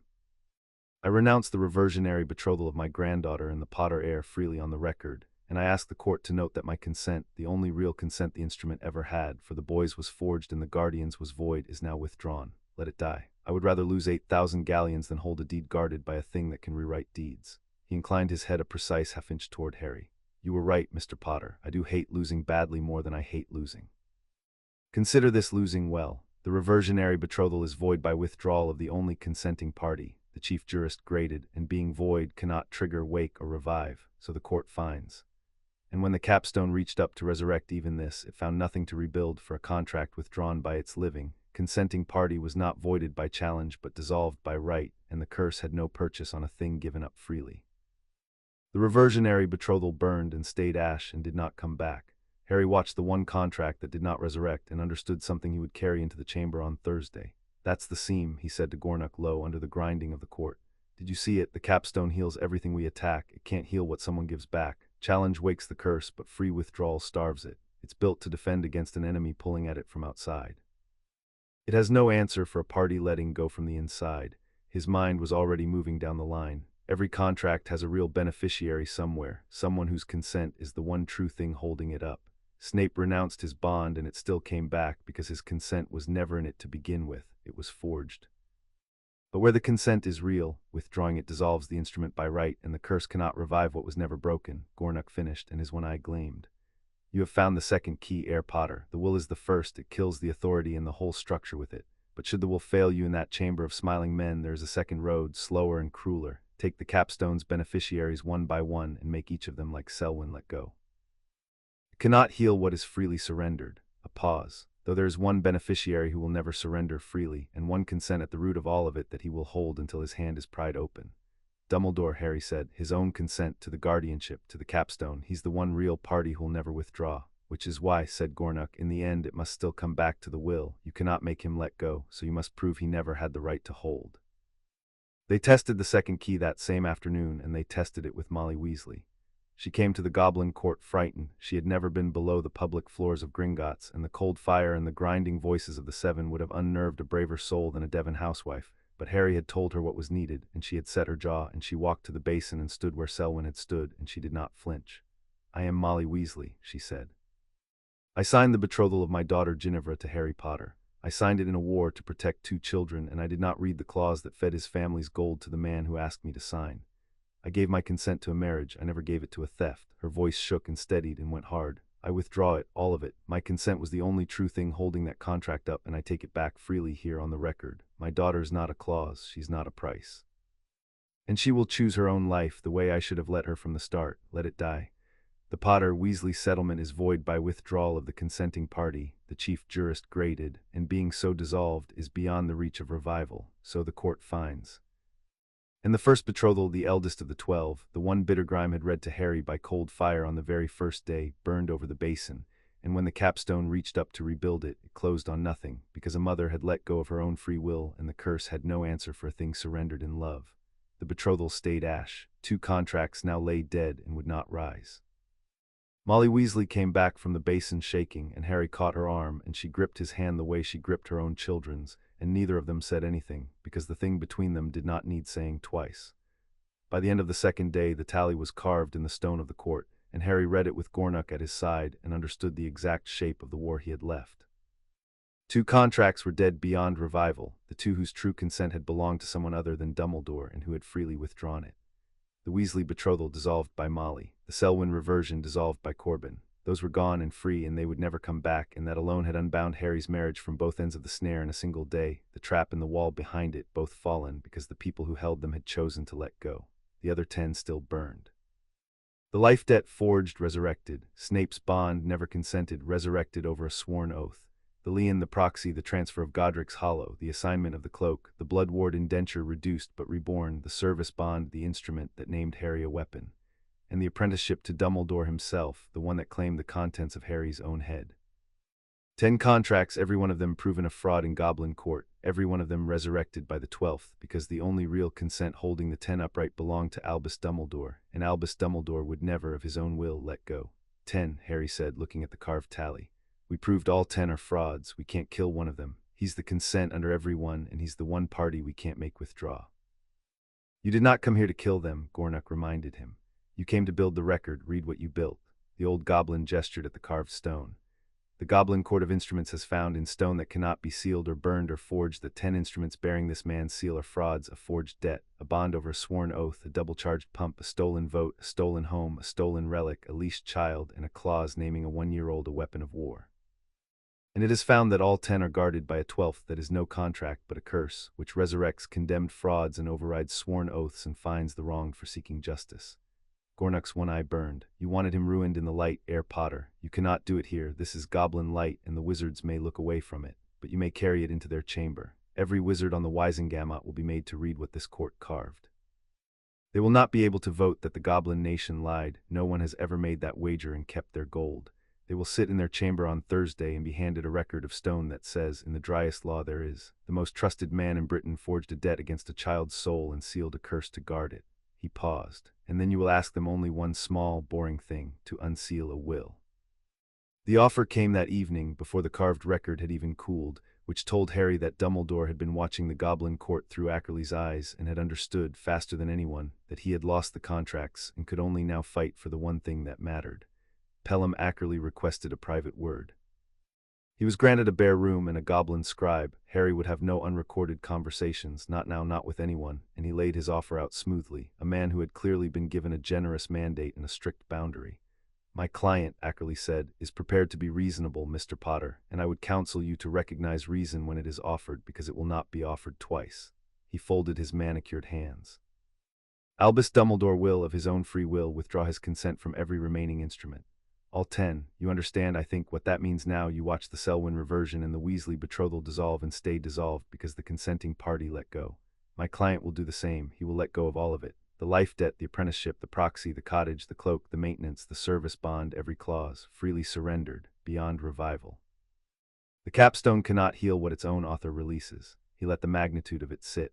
Your estate restored in full, your home returned, your vote, your cloak, your future, your service, all of it yours, clean by week's end, with no chamber, no vote, no risk that 2/3 of the Wisengamot decides it loves Albus Dumbledore more than it loves a goblin record. You would get everything, Mr. Potter, everything you have fought for. A pause. In exchange for one thing, the will stays sealed. The application is withdrawn. The matter ends quietly. My client keeps his office and his name. The war effort keeps its leader at the hour it needs him most, and you walk away with your whole life back and the gratitude of a man who can be a very generous friend to those who do not destroy him. It was, Harry recognized, a genuinely good offer. That was what made it dangerous. Everything material he had fought for handed back with no risk in exchange for letting the man keep the dark. He thought about it, he gave it the respect of thinking about it, because Amelia Bones had warned him not to be a boy with a grievance, and a boy with a grievance would have refused on instinct, and a lawyer would weigh it. Let me make sure I understand the deal, Harry said. He gives me back everything he stole, and in return I agree that nobody ever finds out he stole it. He keeps the office that let him seal the will. He keeps the chamber that trusts him. He keeps the name that made all of it possible. He looked at Ackerley. And the next orphan with a vault and no parents and a sealed will, what does that orphan get? Because the office is still his, the trust is still his, the method still works. He'd just have learned to be more careful. He shook his head slowly. You're not offering me my life back, Mr. Ackerley. You're offering me my gold back in exchange for leaving the machine standing for the next person. That's not a settlement. That's a bribe to look away. You would throw away the certain return of everything you own, Ackerley said with the first edge of real incredulity. Your home, your fortune, your freedom, all of it, guaranteed for the chance to humiliate a beloved old man in a chamber that may well refuse you. That is not strategy, Mr. Potter. That is pride. My client said you might call it principle. He asked me to tell you, if you did, that principle is a luxury of people who have not yet learned what it costs. Harry was quiet for a moment. Tell him I have learned what it costs, he said. I've been learning all week. Every contract the goblins voided, the capstone fined my estate for the privilege. I've watched a number bleed out of my vault for 2 days as the price of building this record. I know exactly what principle costs down to the galleon because he's been charging me for it in real time. He stood. And tell him I'm paying it anyway, because he was right about one thing the day we talked. He said the world doesn't want the kindly old man to be the thief, and it'll fight to keep its story. If I take this deal, the story wins. He stays the kindly old man, I get my gold, and the truth goes back in the ground next to my parents' will. I didn't do any of this for the gold, Mr. Ackerley. I told the director on the first day. I want him ruined in the light where it counts, not so I can feel better, but so he can never do it again to me or to anyone in the dark. He moved to the door. The answer's no. The will gets unsealed on Thursday or it doesn't, and either way he stands in that chamber and faces what he did. Tell him I'd rather lose in the light than win in the dark. He'll understand. He's just never had to choose it. Sirius was waiting at Grimmauld Place when Harry came up from the dark, and he had the look of a man who had been pacing for hours, and the Evening Prophet was spread across the kitchen table with a headline that took up half the page. Goblins try Dumbledore contracts in secret court. Potter Air AT Center of growing scandal. It's everywhere, Sirius said. Someone leaked the notice from the Great Hall, and now they've got the goblin proceedings, and the whole country's arguing about it over breakfast. Half of them think you're a confused boy being used by goblins with a grudge. The other half are starting to ask why the chief warlock won't just open a dead family's will if he's got nothing to hide. He pushed the paper aside. Ilya sent word. He's going to fight it on the war, Harry. He's telling the chamber that there's a darkness rising, that he's the only one who's faced it before, that this is a terrible time to tear down the one man who's beaten it once already, and that the will, whatever's in it, is the private grief of a family that should be left to rest, not dragged into a political circus by goblins and an angry boy. His jaw tightened. He's good at it. He's turning don't unseal the will into don't desecrate the dead. And he's got a third of the chamber already saying it back to him. Harry sat down heavily and for a moment let himself feel the whole weight of the week, the cold fire, the basin, the number bleeding out of his vault, the offer he had just turned down, the certain gold he had just refused for an uncertain truth. How much did it cost? Sirius asked quietly. The fines, the capstone. Harry told him the number. Sirius went still. It was a great deal of gold, not the whole estate, not near it, but more than most families saw in a lifetime, bled out across 2 days as the price of making a curse reveal itself. You turned down a deal that would have given all of that back, Sirius said, plus everything else, clean, guaranteed, and you said no to keep a fight you might lose. He scrubbed a hand over his face. Harry, I have to ask because James would want me to ask because somebody has to be the one who isn't sure. Are you doing this right? Is there a version of this where you take the gold, take your life back and let the bastard rot in his own conscience, and that's enough? Where you don't have to risk everything in a room full of people who love him? There is, Harry said. I thought about it. It's a good version. I'd have my home, my vote, my cloak, my money, and Ginny would be free, and so would I, and Snape's bond would be gone, and I'd never have to stand in that chamber and watch them maybe choose him over the truth. He looked at his godfather, and every word of it would be a thing he gave me, a gift from the man who stole it. I'd spend the rest of my life knowing that the great Albus Dumbledore had reached down and let me have my own life back the way you let a child win at chess. And the next kid, the one with a vault and no parents and a will he can seal because he'd still be the man who can seal wills, that kid gets nothing because I took the bribe and looked away. He shook his head. I can't, Sirius. Not because I'm brave, because I'd never be free. You can't be free as a gift from your jailer. You can only be free if you take it where everyone can see and make it true in the law so it can never be quietly given back. Sirius looked at him for a long moment, and then he reached across the table and gripped the back of Harry's neck once the way he had 100 times, and there was something wet at the corner of his eyes that neither of them mentioned. Your mother would have taken the deal, he said roughly. Pragmatic to her bones, Lily got the win, went home, raised her boy. He let go. But your father, James, would have done exactly what you just did. Refused a sure thing to do it in front of everyone because doing it quiet wasn't doing it at all. He'd be insufferable about it too. A crooked, watery grin. You're both of them, you know that. Her brains and his bloody-minded need to win where it counts. God help Albus Dumbledore. He thought he was managing an orphan. He's been managing 2 dead people's worst tendencies in one 15-year-old body, and he's only just realizing it. Harry almost laughed and found it eased something, which he supposed was what the warmth was for. Thursday, he said, and the laugh faded into something colder and surer. Amelia's got the floor at 10. The goblin record goes in first, stone they can't call a lie, then Snape's memory if it comes to it, then Molly, the mother who was used. Then we ask them the small, boring question, and we make him be the only man in the room with a reason to say no. He stood and looked north again out the dark window, toward the castle and the careful, patient man who was, even now, turning don't unseal the will into don't disturb the dead in the ears of everyone who loved him. He's going to fight it on the war and the grief, so we don't fight the war and the grief. We just keep pointing at the date on the seal, the 2nd of November. 2 days after they died, his voice went quiet and flat and certain. A man who loved them would have read their will. He sealed it before they were cold. Everything else is a story. That date is a fact. And on Thursday, I'm going to put that one fact in front of the whole of Wizarding Britain and let them decide what kind of man seals a will he won't read. Outside, the city went dark and the presses ran, and 100 miles north a very old man sat among sleeping portraits and rehearsed a speech about grief and necessity that he had given in one form or another his whole long life, and for the first time, somewhere far back behind the twinkling certainty, Albus Dumbledore was not entirely sure it would be enough. Thursday was coming. Chapter 5 and Chapter 6, Exposing the Guardian. The Wizengamot met in a chamber that had been built to make men feel small. It was a great circular pit of black benches rising in tiers toward a vaulted dark, lit by braziers of cold blue flame that threw no warmth, and at its base stood the floor, a single disk of white stone where the accused, the petitioner, and the witness all stood in turn alone, while 300 plum-robed members looked down. Harry had read about the room. He had not understood until he stood at the mouth of it on Thursday morning that the architecture itself was an argument, that here the chamber decided, and the individual on the white stone was only a thing the chamber decided about. He understood why Dumbledore had wanted the fight here. It was a room built to defend the story of the many against the truth of the one. He took his seat in the petitioner's gallery between Sirius and Amelia Bones, and watched the chamber fill, and at the high seat above all the others, the seat of the chief warlock, raised over the chamber like a judge over a court, Albus Dumbledore took his place, in robes of deep midnight blue, and lifted the long silver gavel that had called this chamber to order for 40 years, and Harry understood that the first battle of the day would be fought over that gavel, and that he had to win it before anything else or lose everything after. Amelia Bones rose before the gavel could fall. "Point of order, Chief Warlock," she said, and her blunt voice carried up the tears without effort. "The matter before this chamber today is an application to unseal the will of James and Lily Potter, a seal placed by the Chief Warlock in his own hand 14 years ago. The Chief Warlock is therefore not the officer of this court in this matter. He is its subject. No man may sit in judgment of a seal he himself placed and alone has refused to lift." She turned slowly to take in the whole chamber, 300 faces in the cold blue light. "I move that the Chief Warlock recuse himself from the chair for the duration of this application and take his place on the floor as any other member whose conduct is in question must. The deputy will hold the gavel. The law is plain. I ask the chamber to affirm it." The chamber stirred a long rustle of plum robes, the sound of 300 people realizing at once that the morning was not going to be the formality the Chief Warlock's friends had promised them. Dumbledore did not fight it. That was the first thing Harry learned about how the man would play the day. He gave up the gavel gracefully, beautifully, with a sad small inclination of his head, as though stepping down were itself an act of nobility. "Madame Bones is correct," he said, and his voice filled the chamber as easily as it had ever filled the great hall.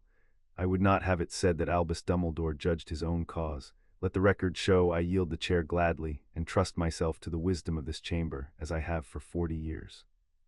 He rose and descended the long stair from the high seat, and the chamber watched the most powerful wizard in Britain walk down to the white stone floor and stand on it, alone, an old man in blue beneath 300 eyes, and Harry saw with cold admiration that Dumbledore had turned even his own descent into a performance of humility, so that half the chamber's hearts went out to him before a word of evidence had been read. "He's good," Sirius murmured. "He just lost the gavel and made it look like a gift." "He did," Harry murmured back. "Watch the date. Everything he does today is going to be beautiful, and none of it is going to be able to touch one fact, the date on the seal. We just keep coming back to it." The deputy chief warlock, a nervous, scrupulous wizard named Tiberius Ogden, who had the look of a man who had not asked for the gavel and wanted it back in friendlier hands, took the high seat and rapped at once, and the cold blue chamber fell silent. "The chamber will hear the application of the Department of Magical Law Enforcement," Ogden said, "to unseal the will of James and Lily Potter. Madame Bones, the floor is yours." Amelia Bones did not make a speech. She had told Harry she would not, and she did not, and it was the wisest thing anyone did all day. "I will be brief," she said, "because the facts are not mine to dress up. The Department of Magical Law Enforcement has opened a criminal investigation into the fraudulent conversion of the estate of a minor, Harry James Potter. In the course of that investigation, the Goblin Nation has tried 12 instruments bearing Goblin seals in the Goblin Court of Instruments under Article 9 of the Treaty of 1742, which this chamber ratified and has never repealed. The findings of that court bind this one. I now enter them into the record." She lifted her hand, and the doors of the chamber opened. Ragnarok of Gringotts came in. He came in his plated coat of office, and behind him 4 goblins bore a slab of black stone the length of a coffin, and they set it upright on the white floor where the accused stood, so that it faced the tiers, and the cold blue braziers lit the goblin script carved deep into its face. The chamber had never seen the like, a director of Gringotts on the floor of the Wisengamot, a thing that had happened perhaps 3 times in 4 centuries, and the silence that fell was the silence of 300 wizards who had just remembered that the bank holding all their gold was older than their ministry, and did not, on the whole, respect it.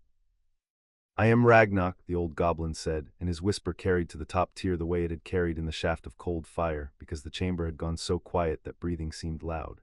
"I have directed the Bank of Gringotts for 211 of your years. I do not come to this chamber. The chamber comes to me when it needs gold, which is often. I have come today once and will not come again, so attend." He laid one spotted hand on the carved stone. This is the finding of the Goblin Court of Instruments, carved in stone that cannot be sealed, burned, altered, or forged, because my people do not trust ink, having learned from yours what ink can be made to do. It records what we found when we tried 12 instruments signed in the name of an infant by a man who held a key he should never have held. I will read it, you will listen. And when I have done, no member of this chamber will rise to say the Goblin Nation lied, because no one has ever made that wager and kept their vault, and you are, all of you, men who understand a vault. He read it. He read the finding on the life debt forged, the soul's own ledger tested and found silent, counterfeit not of a name but of a truth. He read the finding on the apprenticeship to Severus Snape void. The named master testified on his magic that he never consented, and was overridden by the 12th instrument over his sworn oath. He read the double-charged lien, the stolen vote, the conveyed cottage, the assigned relic, the leased residence, the bond that named a 1-year-old a weapon of war. And then he read the finding that made the chamber forget for a moment to perform its dignity, the finding on the 12th instrument itself. The Court of Instruments finds, Ragnarok read, that the 12th instrument, styled a codicil of guardianship in perpetuity, is no contract but a curse, a working of active malice sealed in goblin fire and disguised as law, which resurrects condemned frauds of its own motion, overrides the sworn oaths of free men, and levies a fine upon any party who seeks justice against it. The court witnessed it do all three, repeatedly, in open session. The court has never, in 900 years of judging instruments, condemned a thing of this make, and prays it never must again.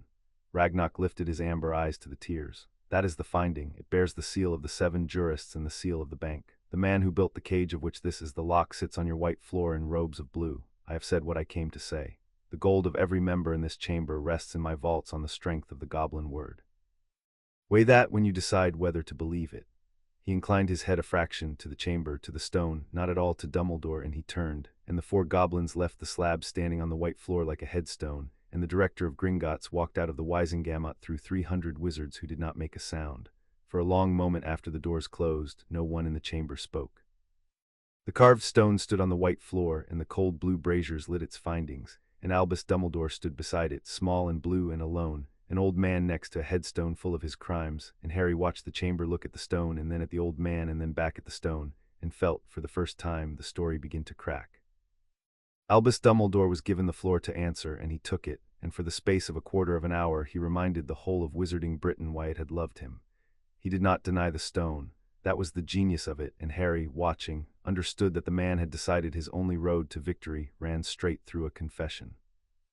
I will not insult the Goblin Nation nor this chamber by quarreling with what is carved in that stone, Dumbledore said, and his voice had lost none of its music for standing on the white floor. It is true, I signed those instruments. I held an authority I stretched past its purpose. I charged a child's estate for a child's protection, and I called it administration when I should have called it what it was. The stone is accurate. I ask you to believe that because it will make you believe the rest of what I say, which is harder and truer and which no goblin court is equipped to carve. He turned slowly and he spoke to the tears as a man speaks to friends at a graveside. You were not there, he said. Most of you in this chamber were children or unborn or hidden in your homes with the doors locked in the years when the Dark Lord was winning. I was there. I stood in the rubble of families.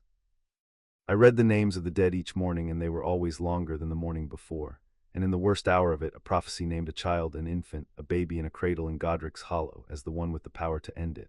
One child against the greatest evil this country has faced in 1,000 years, and that child's parents were murdered, and that child was left to me. His voice dropped, and the chamber leaned in to catch it. Tell me, then, tell me what you would have done.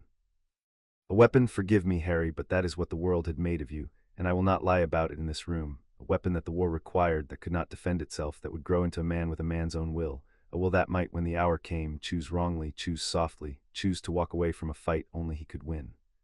Was I to leave the survival of magical Britain to the free choices of a boy who did not yet know the prophecy existed? Or was I to do the cold, necessary, unforgivable thing, to bind the weapon to the war, to keep it where it could be protected and prepared, to ensure that when the darkness came again, as I have always known it would, the one person who could end it would be there ready, whatever the cost to one childhood? He spread his hands, and the cold blue light caught the lines of his ancient face, and he was, in that moment, magnificent and terrible and almost persuasive. I weighed one boy's gold, one boy's choices, one boy's childhood, Dumbledore said, against the lives of every man, woman, and child in this country, and the scale was not close. I would do it again. I tell you to your faces, I would sign every one of those 12 instruments again, because the alternative was a world of graves, and I have read enough names off enough mourning lists to choose the living over the comfortable every single time. You may call it theft. The goblins have, and they are not wrong. But I call it the arithmetic of survival, and I have done that arithmetic in the dark alone for 100 years so that you would never have to.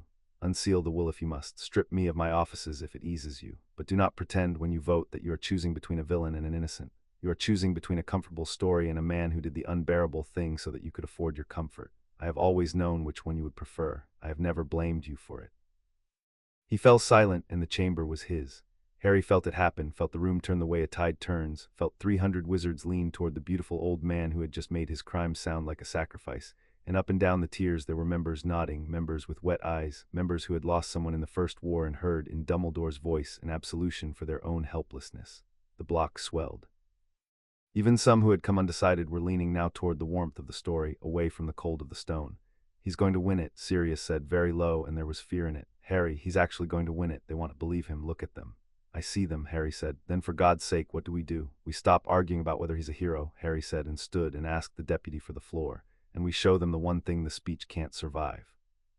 The deputy hesitated. A 15-year-old had never addressed the full Wisengamot in living memory, but Amelia Bones said flatly, "He is the wronged party, and of age to be heard in a matter touching his own estate. The precedent is Abbott, 1721, and Ogden, who was a scrupulous man, found he could not refuse a precedent, and waved Harry to the white floor. Harry walked down to it alone and stood beside the carved stone beneath 300 eyes on the spot built to make a man feel small, and did not feel small, because he had spent a summer in a shaft of cold fire a mile beneath this room, and the Wisengamot, for all its braziers, was not as deep or as cold as the place he had learned to think in. "I'm not going to argue with the headmaster about the war," Harry said, and his clear young voice carried because the chamber had gone very quiet to hear what the boy would dare. "I can't. I wasn't there. He's right about that. Most of you were, and he just told you that everything you couldn't stop wasn't your fault because a great man was carrying the weight in the dark so you didn't have to, and you want that to be true because who wouldn't, so I won't take it from you. Maybe the war needed terrible things. Maybe he did some of them. I'll give him the whole war." He let that sit and saw the surprise ripple through the tears. The boy was conceding the very ground they'd expected him to fight on. "I'll give him the war, and I'll show you the three things the war doesn't explain. Because a man who did a hard thing for a good reason still has to answer for the things he did for no reason at all." He held up one finger. "The invisibility cloak," he said. "He took it from my father's house when I was 1. It doesn't fight Voldemort." The old name cracked across the chamber like a whip. He ignored the flinch. "It doesn't keep the weapon ready. It doesn't win the war. It's an heirloom of my family that he wanted, and he wrote himself a clause to take it, and there is no version of the arithmetic of survival that needed Albus Dumbledore to personally own my dead father's cloak. That one wasn't for you. That one was for him." A second finger. "The reversionary clause," Harry said. "In the 12th instrument, the curse, the one the goblins carved, it names Albus Dumbledore the heir of the entire Potter estate should I die without children." He turned slowly to face the old man on the white floor beside him. "He just told you he bound me to the war to keep me alive, to make sure the weapon survived to win. But in the same instrument, in his own hand, he wrote down who gets everything if the weapon doesn't. You don't write yourself the will of a boy you're trying to keep alive, Professor. You write yourself the will of a boy you've already decided is expendable. You bound me to go where the war was hottest, and you wrote down who inherits if I don't come back. Those two clauses can't both be love. Pick one." Dumbledore said nothing. The chamber had gone very still. Harry held up a third finger, and his voice dropped, and somehow in dropping it filled the room more completely than Dumbledore's music ever had. "And the date on the seal," he said. "This is the only one that matters. Everything else you can argue, this you can't." He turned back to the tears. "My parents died on the 31st of October, 1981. 2 days later, on the 2nd of November, before they were buried, before the boy they died for had spent a week as an orphan, the chief warlock of this chamber sealed their will. Their last words, the document where they said who should raise their son if they fell. He sealed it shut, and he has kept it sealed for 14 years, and he is the only man alive who has read what is inside it, and he is the only man alive with the power to keep you from reading it." He let the silence stretch until it hurt. "He stood here a moment ago and told you he did everything out of love for my parents and their cause. I want to ask him one question in front of all of you, and I want you to watch whether he answers it." He faced Dumbledore fully. "If you loved them, if you would sign it all again for them, then why is the first thing you did, 2 days after they died, seal away their last wish so that no one, not their son, not their friend, not this chamber, could ever read what they actually wanted? A man who loved them would have read their will and honored it. You sealed it before they were cold. What did it say, Professor, that you couldn't let it be read?" Albus Dumbledore looked at the boy on the white stone, and for the first time in 40 years in the chamber he had ruled, the most eloquent man in Britain did not have an answer ready, and 300 wizards watched him not have it. "I think," Harry said quietly to the chamber now, "that we should stop asking him. He's had 14 years to decide what to say, and he'll say it beautifully because that's what he does, so let's not ask the man, let's ask the will." He turned to the deputy. There's a witness. He came forward of his own will at cost to himself, and he gave a memory under no compulsion. I ask the chamber to view it in the pensive before the vote. The memory of the one other living person who saw the will of James and Lily Potter on the 2nd of November, 1981, on the desk of the chief warlock, open the day it was sealed. A great stone pensive was brought to the white floor, the chamber's own, used for the testimony of memories under law, and Amelia Bones poured into it the silver thread from the crystal vial, and the deputy spoke the charm that lifted a memory out of the basin and into the air of the chamber, so that all 300 members could witness it at once, projected vast and silver above the white floor like a window into the past. The chamber watched. They watched a younger Dumbledore's office, the same instruments turning on the same spindle-legged tables. They watched a younger Severus Snape come in, gray with grief, and stop. They watched on the desk an open document, and the chamber's own eyes, borrowed from Snape's memory, drift across it and find the words in a woman's looping hand, and the projection lingered there because Snape had lingered there, so that every member of the Wisengamot read, in Lily Potter's own writing, 14 years dead. In the event of our deaths, we name as guardian of our son Harry James Potter our most trusted friend, Sirius Orion Black. Should he be unable or unwilling, we name Alice and Frank Longbottom. Under no circumstances, and we write this plainly, that there be no mistake, is Harry to be raised by Petunia and Vernon Dursley, who would not love him. And then they watched the younger Dumbledore pick up the will and fold it, and they heard his voice, the same voice that had filled this chamber minutes ago, say the words Snape had carried for 14 years. I am afraid Sirius is not available, and the boy must go where the blood protection can hold. It is regrettable. It is necessary. Lily would understand, and they watched him seal it.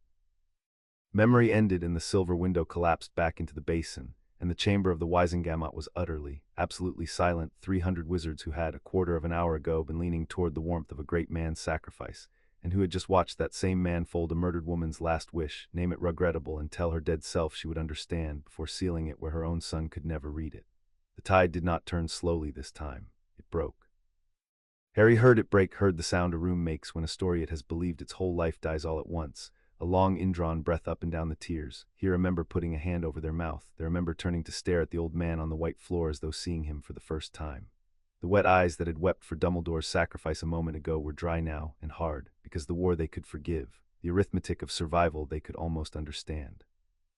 Every person in that chamber had a mother, or had been one, or had buried one, and they had all just watched Albus Dumbledore fold a mother's last words and call them regrettable, and there was no prophecy, no greater good, no music in the world that could make that anything but what it was.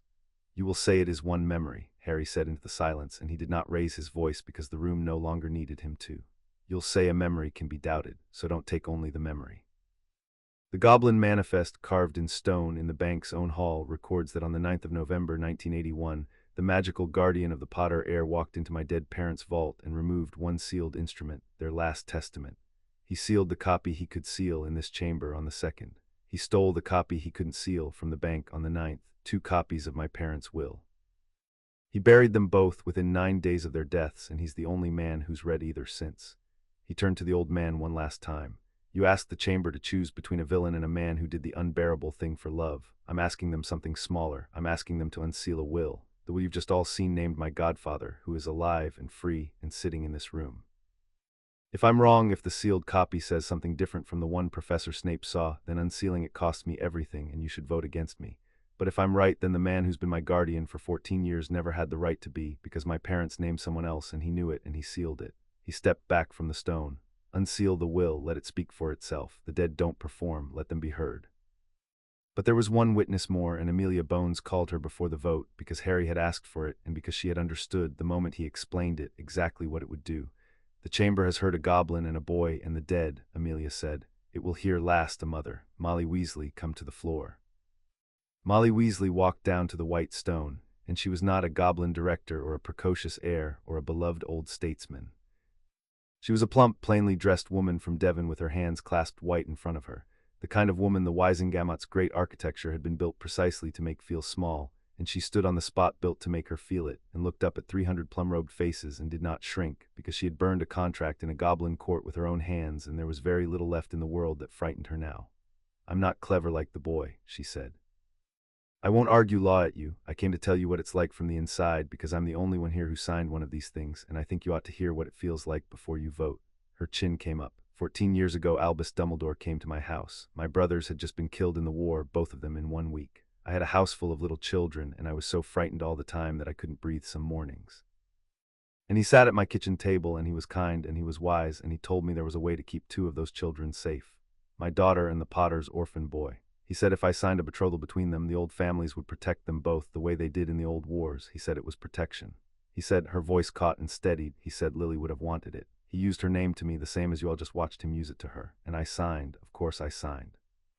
I'd have signed anything. I was a mother in a war, and he offered me a way to keep two children alive, and I never read the small print, because why would you read the small print on a thing offered by the greatest, kindest wizard alive? The chamber was silent. Molly Weasley looked up at it, and her plain face was wet now and absolutely unashamed. There was a clause, she said, buried in it. It fed the Potter boy's family gold, his dead parents' gold, to a fund Albus Dumbledore controlled. I didn't know, I never took a nut of it, it's all still sitting there, 14 years of it, because I didn't sign for money, I signed for two frightened children's lives. But it doesn't matter that I didn't take it. The point is he built it. He sat at my table and watched me sign away a dead woman's gold to himself in my daughter's name, believing I was being a good mother. He turned my love for my children into his claws. She turned slowly to take in the whole rising dark of the chamber, 300 faces in the cold blue light. And here is the only thing I came to say, so hear it. Every single one of you has a love like that. A child, a grandchild, a frightened hour when a kind, wise, trusted man might offer you a way to keep them safe, and you would sign. You would not read the small print either. None of us read the small print of the people we trust. That is what trust means. Her voice rang now, a Devon kitchen voice filling the highest chamber in the land. I am not asking you to feel sorry for me. I am asking you to look at me and understand that I am not special, and neither was the Potter boy, and neither are you. He did it to the kindest, most ordinary mother you will ever meet, with my own love for my own children as the tool. If you let it stand because the man is great, then you have decided that greatness may use your love against you and call it protection, and the next frightened parent at the next kitchen table will be one of yours. Unseal the will, not for the boy, for your own small print and the trusted hands that have not yet reached for it. She stopped. She wiped her face with the back of her hand, plainly, the way a woman wipes flour from her cheek, and she did not apologize for the tears, and she walked back up off the white floor through a chamber that could not look away from her, because Harry had been exactly right in the war room weeks before. She was not a witness.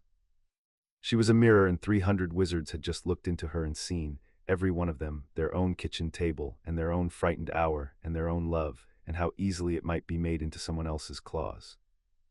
The deputy chief warlock looked helplessly to the old man on the white floor, because 40 years of habit could not be unlearned in a quarter of an hour, and some part of Tiberius Ogden still expected Albus Dumbledore to produce, from the deep pockets of his certainty, the answer that made it all make sense again. Dumbledore was quiet for a moment. When he spoke, the music was gone, and what was left was the flat, tired voice of a very old man who had run, at last, to the end of a road he had walked alone for a century. I could tell you, he said, that I sealed the will because Sirius Black was, that week, believed to be a murderer and a traitor and could not be made the guardian of anyone, and it would even be true. It is the kind of truth I have always been good at, the true thing that is not the whole thing, the fact that hides the choice. He looked at the carved stone, and at the boy beside it, and at the godfather in the gallery. But the boy has taken something from me today that I did not know I still had, which is the energy to keep doing that. So I will say the whole thing instead once, because I find I owe it to a woman whose handwriting you have all just read. He drew a breath. I sealed the will because it named guardians who would have loved him, and I needed him somewhere he would not be loved, somewhere unhappy and ordinary and safe, where he would not grow up a pampered hero but a boy who knew what it was to have nothing, so that when the war came for him he would be humble and pliable and mine to guide. I told myself it was the blood protection. The blood protection was real, and it was also my excuse. I did not send him to Petunia Dursley to keep him alive.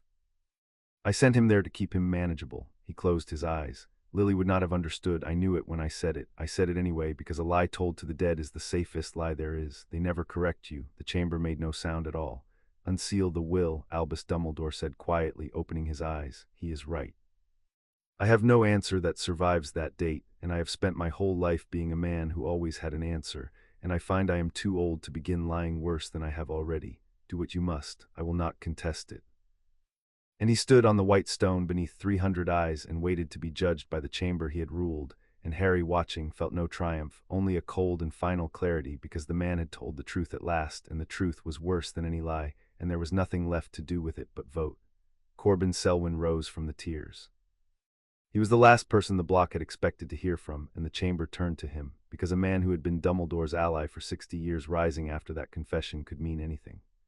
I have sat in this chamber for longer than most of you have been alive, Selwyn said in his dry closed ledger voice, and I have voted with Albus Dumbledore more often than against him, and I held one of these 12 instruments myself, which I purchased with open eyes, and of which I am not proud. So hear me as no friend of the boys, because I am not one. His gray gaze swept the tears. I withdrew my claim in the Goblin Court last week, and I will tell this chamber why, because it is the only thing worth saying before the vote. I watched the 12th instrument, the curse, reach out and overrule the Goblin Court's own ruling and overwrite a sworn man's oath. And I understood at my age a simple thing, a power that can rewrite a ruling, and an oath can rewrite anything. A deed, a vote, a will. Any of ours, he let it land. We are not voting today on whether we love Albus Dumbledore. We are voting on whether a man may seal away the truth of a dead family and call it necessity, and whether we will let that stand because the man is great.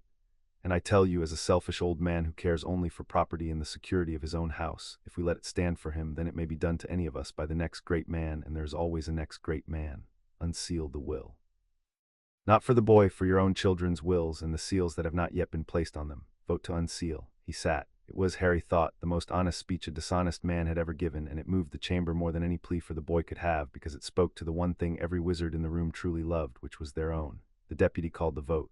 The application is to unseal the will of James and Lily Potter, Ogden said, and his voice shook only a little. An override of a seal placed by an officer of this court requires 2/3 of the chamber. Members will cast. 300 wands lifted, and at their tips 300 sparks rose toward the vaulted dark, and Harry watched them rise, gold for eye and red for nay. And for one terrible moment the two colors were tangled, and he could not tell. And then the gold pulled ahead, and ahead, more and more of it kindling up and down the tears as members who had loved Albus Dumbledore their whole lives looked at a curse that could rewrite a will and voted to protect their own, until the dark above the chamber blazed gold. Far past 2/3 gold, like a sky full of cold stars. The chamber affirms, Ogden said, into the silence under the gold. The seal is overridden. The will of James and Lily Potter will be unsealed and read. They brought the will to the white floor in a case of warded glass, and it lay there, a single folded sheet, 14 years sealed, with a disc of red wax across its fold bearing the impress of the chief warlock's own ring, Dumbledore's seal, on the Potter's will, the visible mark of the crime laid over the words of the dead. The deputy performed the unsealing himself, because no one else would touch it. He spoke the releasing charm, and the red wax cracked, and a thin curl of long-trapped magic rose off the breaking seal, not fire, but something like the cold sigh a tomb gives when it is first opened. 14 years of silence let out all at once, and the chamber shivered as one. Then the will lay open on the white stone, and the deputy lifted it, and read it aloud to the Wizengamot in a voice that grew steadier as he went, because the words on the page steadied him. It was as Snape had seen it.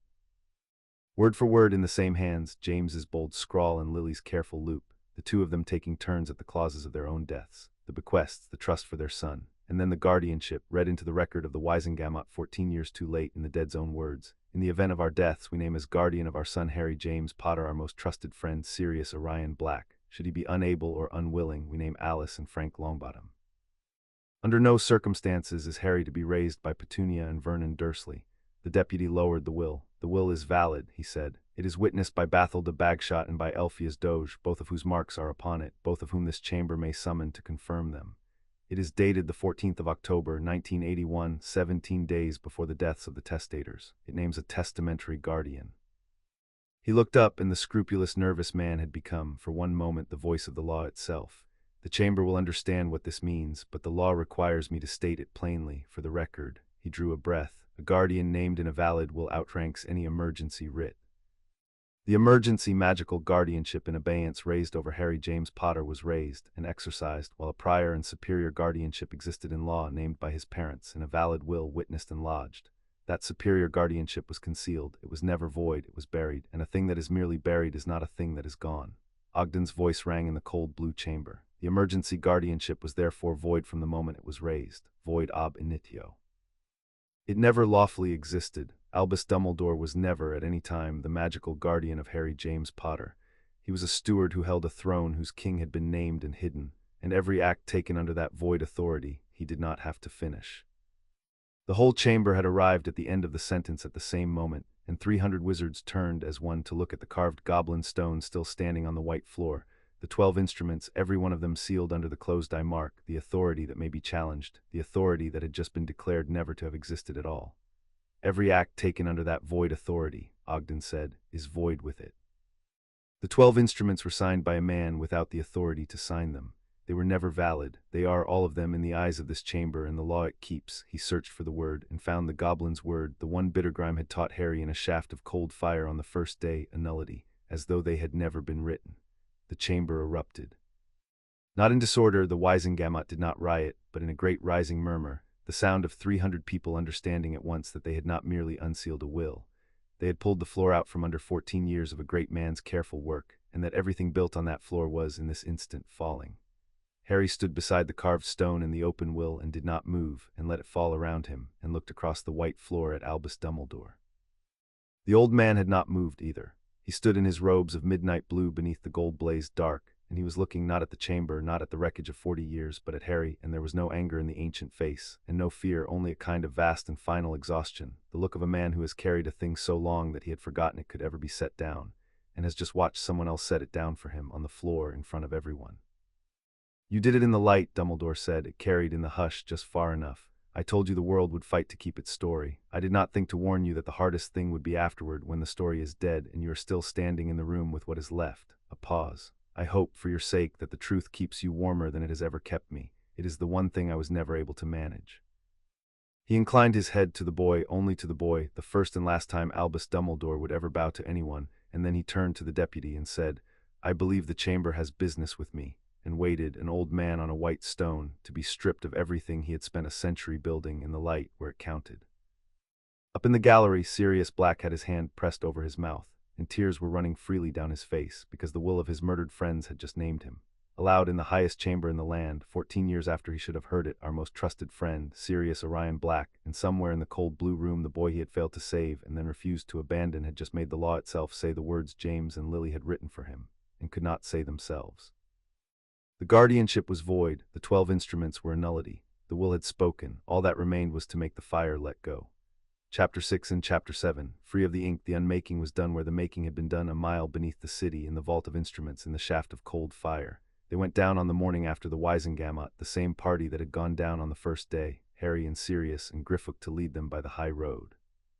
But the bank that received them was not the bank of that first morning. Word travels fastest where gold is kept, and every goblin Harry passed in the marble hall stopped what it was doing and watched him go by, and a few of them, which Griffook said had not happened in his lifetime, inclined their heads, because the boy had given the nation its vengeance in the open, in the wizard's own chamber, and a debt of honor repaid in the light is the only currency a goblin values above gold.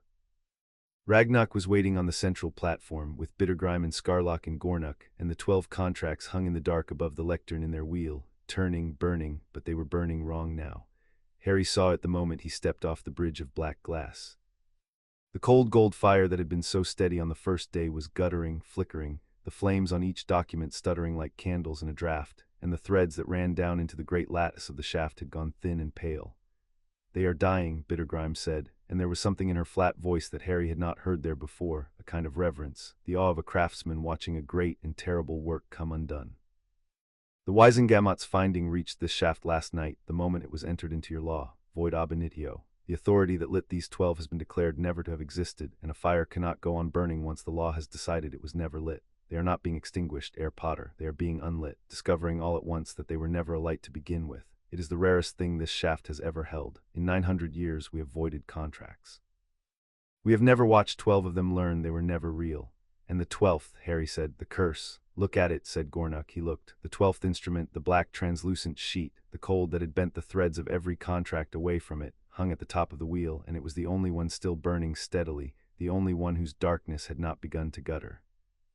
As Harry watched, it pulsed and reached, the way it had reached in the goblin court, groping down into the lattice for the 11 it was built to heal, to gather their guttering fire and feed it and force them to stand. And it found nothing to hold. It is trying to heal them, Gornuk said softly. It is doing the only thing it knows, but a curse that resurrects what is broken has no purchase on what was never real. It was built to defend the estate of obligation against challenge, to punish the hand that pulls at it from outside. It has no clause anywhere in its grammar for the floor beneath it simply ceasing to have ever existed. Watch, Herr Potter, watch what a curse does when it reaches for its foundation and finds that the foundation was always a lie. This is the thing your guardian never planned for, because it was the one thing he could not imagine, that he might simply have been wrong from the very beginning about his right to do any of it. The 12th instrument reached and found nothing, and Harry watched the cold black fire on it begin at last to flicker, not guttering like the others, but clenching, the curse turning its malice inward for want of anything outside to grip, and the cold coming off it deep into something unbearable, and then, "Stand back," Ragnarok whispered. "It will not go quietly, things of malice never do." The capstone broke. It did not burn like a paper, it shattered like a frozen thing, the black translucent sheet splitting down its center with a sound Harry felt in his teeth rather than heard, a single deep crack that ran out through the whole shaft and set every one of the hundreds of thousands of other contracts swaying on its thread. And out of the break came the cold, all of it at once, 14 years of stored malice loosed into the dark, a wave of lightless chill that swept the platform and made the braziers of every lantern flare blue-white and the goblins bare their teeth, and then it was gone, sucked back into the breaking sheet as the curse, with nothing left to grip in the world, closed at last upon itself. And as the 12th instrument died, it took its grip off the 11. They had been waiting for that. The moment the capstone's cold released them, the 11 contracts stopped guttering and simply went out, not in fire, in erasure. Harry watched his name lift off the betrothal that Molly had already dissolved, off the apprenticeship that claimed his mind, off the lien and the proxy and the deed to his parents' home, off the assignment of the cloak, off the bond that had named a 1-year-old a weapon, watched the burning ink of Potter, Harry James, rise off each of the 11 documents like mist off water at sunrise and thin and vanish, until the sheets that had bound his whole life hung blank and gray and ordinary in the dark. 11 empty pages, and then those two lost their shape, softening, fraying, coming apart into the cold lattice of the shaft as though they had never been documents at all, because in the eyes of the law they never had. It took perhaps a minute. When it was done, the wheel above the lectern was empty. Where 12 contracts had turned and burned for 14 years, there was only dark and the slow turning of the great lattice beyond, and a single thin curl of gray settling down into the depths. The shaft was very quiet. "It is done," Bittergrime said, and her voice was hushed. "There is no instrument in this bank that binds Harry James Potter to anyone for anything against his will, not one. You are, as of this moment, the least bound person who has ever stood on this platform." A pause. "Most clients spend their lives acquiring obligations. You have spent a summer shedding 12 you never agreed to. I do not think the shaft has seen its like." Harry stood and looked at the empty dark where his stolen life had hung, and waited to feel the thing he had expected to feel, triumph or release or the lifting of a weight. What came instead was quieter and stranger, a sense of space, of a future that had been crowded with other people's ink suddenly standing empty and open, every door that had been closed on purpose now simply a door, leading wherever he chose to walk. It was, he realized, the first time in his life that his own future had belonged entirely to him, and it was larger and emptier and more frightening than any cage, and he found that he was glad of the fear because it was finally his fear about his life and no one had signed it for him. "What about the rest?" he said, because there was still work, and work was easier than the feeling. "The estate, the gold, the capstone, find me, the cottage, the vote, the cloak." "Come up out of the dark," Ragnarok said, "and the bank will give your life back to you piece by piece in the daylight where you have earned the right to receive it.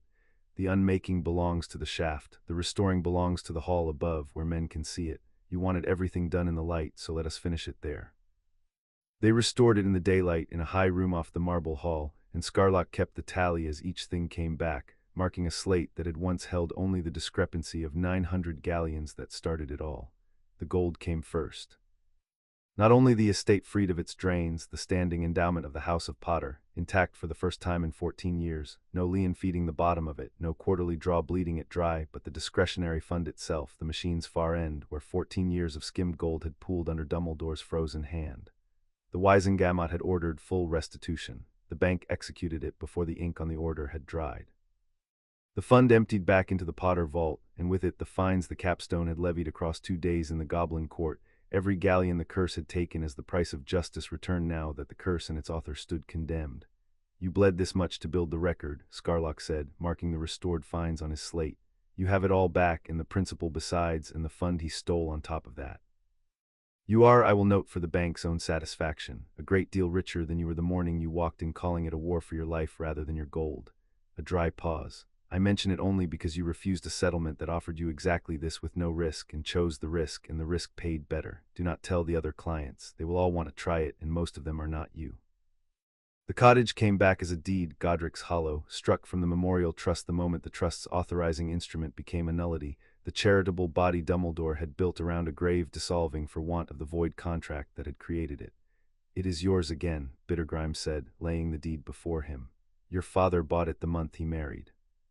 It will go to you and to your children if you have them, and to theirs the way it was meant to, before a man with a key decided a grave made a better monument than a home."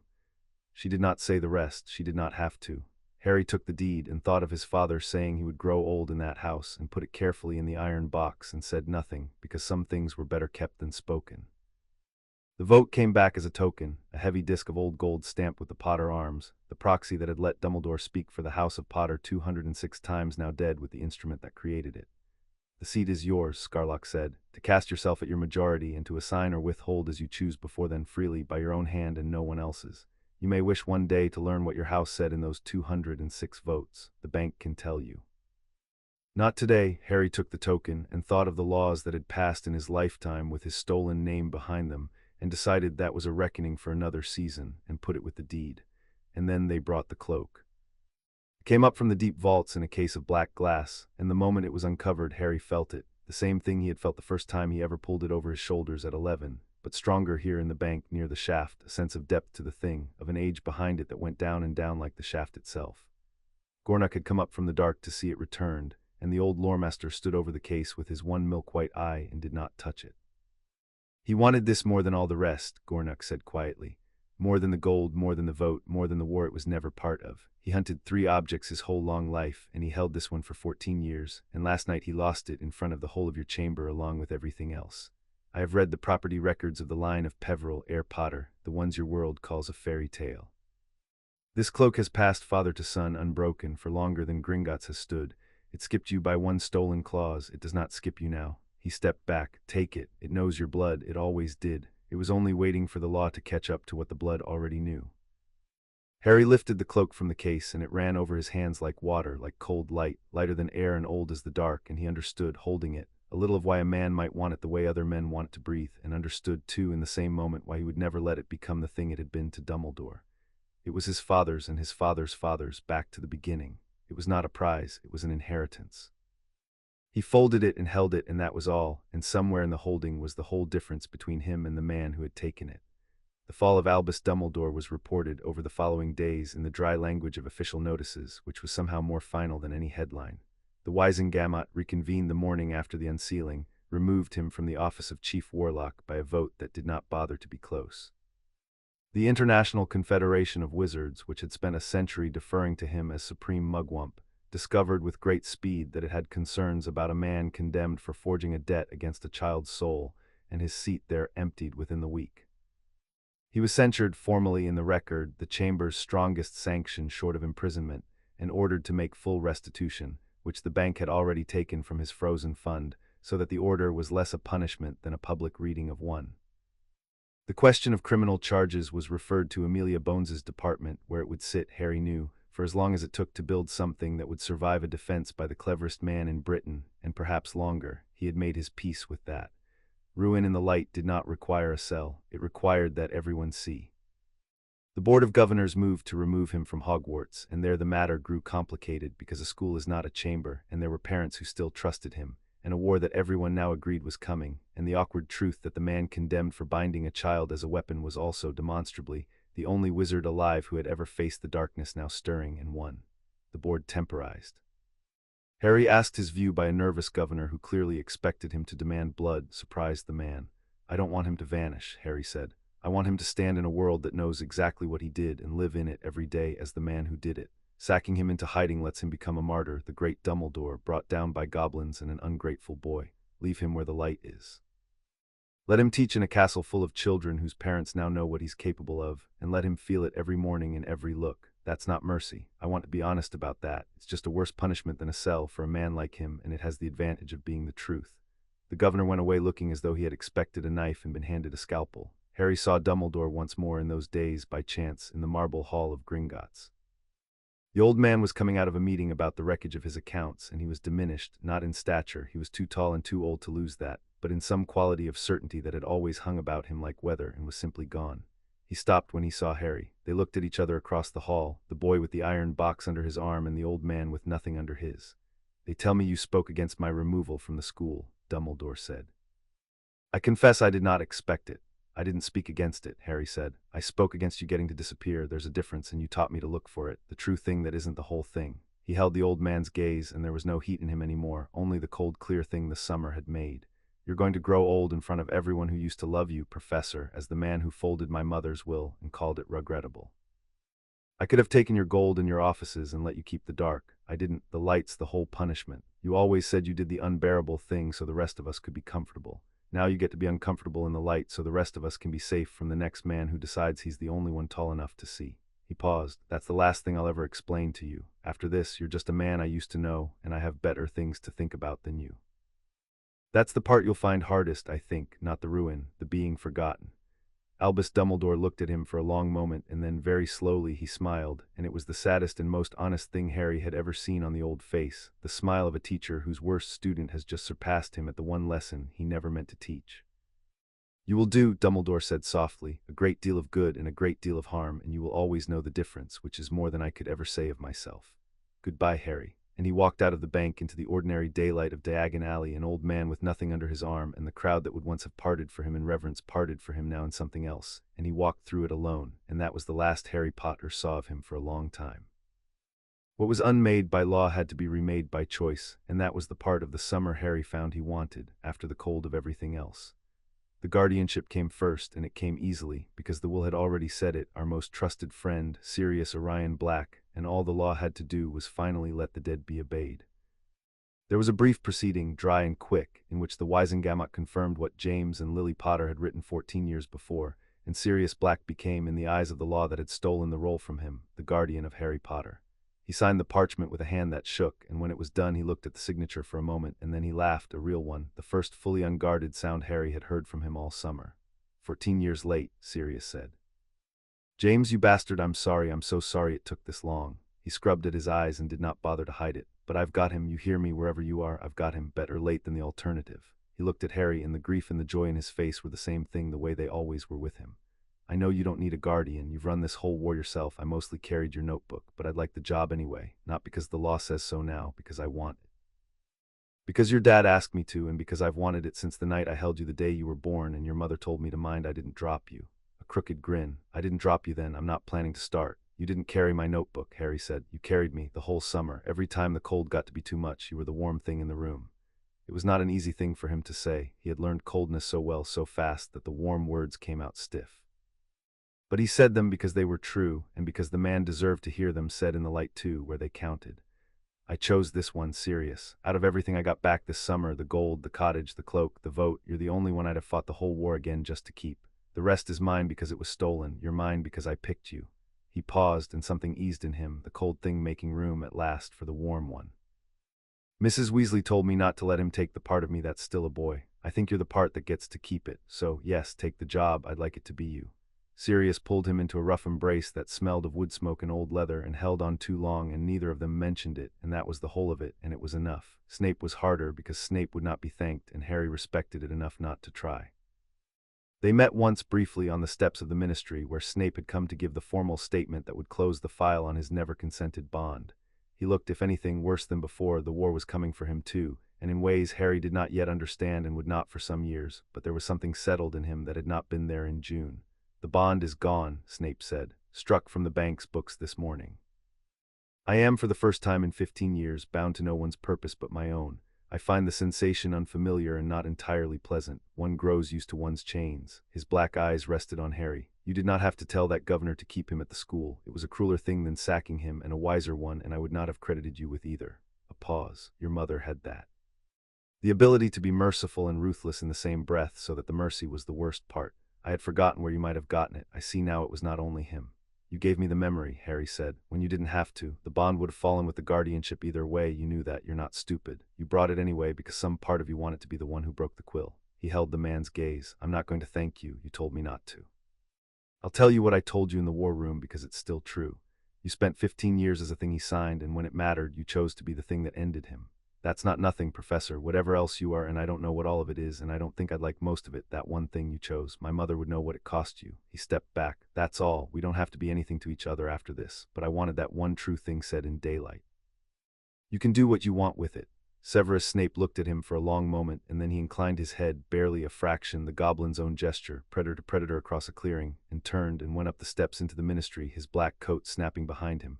A man bound at last to no one, walking into a war that would ask everything of him for reasons Harry did not yet know. And the war was the last thing, the thing under everything, the thing the 11th contract had tried to own. Harry thought about the war a great deal in the quiet days after the contracts fell, because the contracts falling had not made the war go away. The darkness Dumbledore had spoken of in the chamber was real. Harry had felt the edge of it in 4 years of his life, and he knew, with the cold clarity the summer had taught him, that it was coming back, and that the 11th instrument had been right about one thing even as it lied about everything else. He was someone the war would want. The prophecy, whatever it truly said, and he meant to learn it on his own terms from his own search, not from a man who had sealed it away with everything else, had named him. That much the falling of a contract could not unmake, but there was a difference, and the difference was the whole of what the summer had been for, and he turned it over until he had it whole. Dumbledore had not bound him to fight. Harry would have fought anyway. He had been fighting since he was 11, and he would not stop because a clause had burned. What Dumbledore had bound was the manner of it. The ward shall go where he is sent, and stand where he is placed. The 11th contract had not made Harry a soldier. It had tried to make him a soldier who did not choose. And that the choosing was the thing that had come back to him in the empty wheel above the lectern, the space where his future had hung crowded with other men's ink and now hung open. He would fight the war, but he would fight it as Harry Potter, who had taken 12 contracts and a forged debt and the most beloved man in Britain and unmade them all in the light by his own hand on his own terms, not as the instrument, the thing that went where it was sent. If the darkness wanted him, it would have to reckon with someone who had already proven at 15 that he could not be bound, bought, leashed, or spent against his will. He spent his whole life trying to make me a weapon he could aim, Harry told Sirius the evening he finally worked it through, the two of them on the steps of Grimmauld Place in the long blue dusk. And the joke is he made something worse for him, a weapon that aims itself. He just couldn't imagine that was more dangerous than the other kind. He never could imagine anyone deciding for themselves and being right. That was the hole in the middle of him all along. He turned the Potter vote token over in his fingers, the gold catching the last light. I'm going to fight Sirius. The war's real and it's coming and I'm in it, but I'm going to fight it the way I fought him, in the light, on my terms, choosing every step. And anyone who wants me to go where I'm sent and stand where I'm placed is going to find out what happened to the last man who tried to write that down. Sirius looked at his godson in the dusk and did not tell him he was too young for this, because he had stopped, somewhere in the summer, being able to believe it. God help the darkness, he said instead, and meant it, and they sat with it a while as the light went. And then there were the Weasleys, and that was the warmest thing, and Harry saved it for last on purpose. The betrothal was ash. Molly had burned it herself in the goblin court with her own withdrawn consent, and Ginny Weasley was free as Harry was, the clause that had arranged them gone as though it had never been written, which the law had decided it had not. Harry had thought a great deal about how to do this part, and in the end he did it the only way that the whole summer had earned, directly in daylight with nothing arranged. He went to the burrow. Molly had made him promise in the war room that when it was over he would come and eat until he could not move and let her fuss over the boy he also still was, and he kept the promise because keeping it was its own kind of freedom, a thing he chose, not a thing a contract compelled. The burrow was loud and crooked and full of red-haired people, and the table groaned, and Molly fussed exactly as she had threatened, and for an afternoon Harry let himself be, simply a guest in a warm house full of noise, which the careful, patient man a mile to the north had spent 14 years, and a stipend ensuring he would never quite be. He found Ginny afterward in the orchard where she had gone to escape her brothers, and he told her the truth, because she had earned the truth more than anyone, having been written into a clause as a child the same as he had. There was a contract, Harry said, signed when we were both too young to talk. It said you and I would marry. Your mum signed it in a war to keep us both safe, and she didn't know it fed my family's gold to Dumbledore, and when she found out she burned it herself in front of a goblin court with her own hands. He watched Ginny's face take it in, not the shock he'd expected, but a slow hardening that he recognized because he'd worn it all summer. I'm telling you because you deserve to know you were written down too. You were a clause in someone else's plan before you could walk, same as me. And I wanted to be the one who told you it's gone, so you never find out from anyone else the way I had to. Ginny was quiet for a moment, looking out over the orchard, the late light catching the red of her hair. He arranged us, she said at last, like furniture. Like when I was a baby, he decided who I'd marry and took money for it and never asked either of us. Her jaw was set in a way that reminded Harry, suddenly and forcefully, of her mother in the war room. I used to when I was little. I had such a stupid crush on you, the boy who lived, the boy in the stories. She laughed, sharp and unamused. And now I find out a man in an office had already written it down as a transaction before I was old enough to be embarrassed about it. He took even that. He took a little girl's crush and turned it into a clause. She turned to him and her eyes were bright and angry and clear. I'm glad it's burned, not because of you, no offense. Because it was mine to feel or not feel, and he made it his, and I want it back the way you wanted all your things back. That's exactly it, Harry said, and felt something in him settle, because she had understood the whole of it in a minute, the way only someone who had also been written down could. I'm not here to court you, Ginny. That just be picking up the claws he dropped and pretending it was my idea. I'm here to give it back. Whatever you and I are or aren't or might be someday, it starts from zero now. Nothing arranged, nothing owed. If anything ever happens, it'll be because two free people chose it years from now with no ink anywhere near it. He held out his hand, not as anything more than what it was. Friends, real ones, the kind nobody signed for. Ginny looked at his hand and then at him, and the anger eased into something wry and warm and entirely her own. Friends, she said and shook it. The kind nobody signed for, and Harry, she grinned, and it was the first uncomplicated thing in the whole exchange. If it ever does happen, years from now, free people and all that, you're paying for dinner. The Potters are disgustingly rich now, I read the prophet. Consider it reparations. And Harry laughed properly for what felt like the first time all summer, and the laugh carried across the orchard, and for a moment he was exactly and only what Molly Weasley had made him promise to stay, a boy in a warm place with a friend, and no one's ink on him anywhere. He went to Godric's Hollow at the end of the summer alone, because some doors a person has to walk through by himself. He had the deed in his pocket and the cloak over his arm, though he did not need the cloak. No one was watching for him there, in the small village where his parents had lived and died, and he walked up the lane in the late August light, an ordinary boy, which he had never once been allowed to be in this place. The cottage stood at the end of the lane, behind a gate that had opened for no one but Albus Dumbledore for 14 years, and it opened now for Harry, because the deed knew his blood, the way the cloak had, the way everything in his family's keeping seemed to know him the moment the ink let it. The house was as the night had left it. That was the thing no one had warned him of, that the Memorial Trust had preserved it, faithfully, exactly as it had been, so that the upper floor still showed where the roof had been torn open, and the nursery still stood with its shattered window, and time had simply stopped here on the 31st of October, 1981, and waited 14 years for someone with the right to come and start it again. Harry walked through the rooms his father had bought the month he married, the rooms where his father had said he would grow old. He stood in the kitchen where his parents had eaten their last ordinary supper. He climbed to the nursery and stood in the doorway and did not go in because he did not need to. He had stood in that doorway in his worst dreams for years, and standing in it awake in daylight with the deed in his pocket was enough. The house was his, not a monument, not a grave with a chairman. A home empty and waiting that he could close up gently and keep and come back to, and one day the thought arrived without grief, which surprised him, one day perhaps fill again, the way his father had meant it to be filled. He went out to the churchyard before he left and found the two graves and read the names and stood with them a while. He did not make a speech to the dead. He had watched Dumbledore make speeches to the dead all summer, Lily would understand, and he had learned watching that the dead cannot correct you, and that a man who talks at a grave is usually talking to himself. So he did not tell his parents what he had done. He simply stood and let them be near, and after a while he said the only thing that was true and small enough to say aloud. I read your will, he said. It took 14 years and it shouldn't have, but I read it. You named Sirius.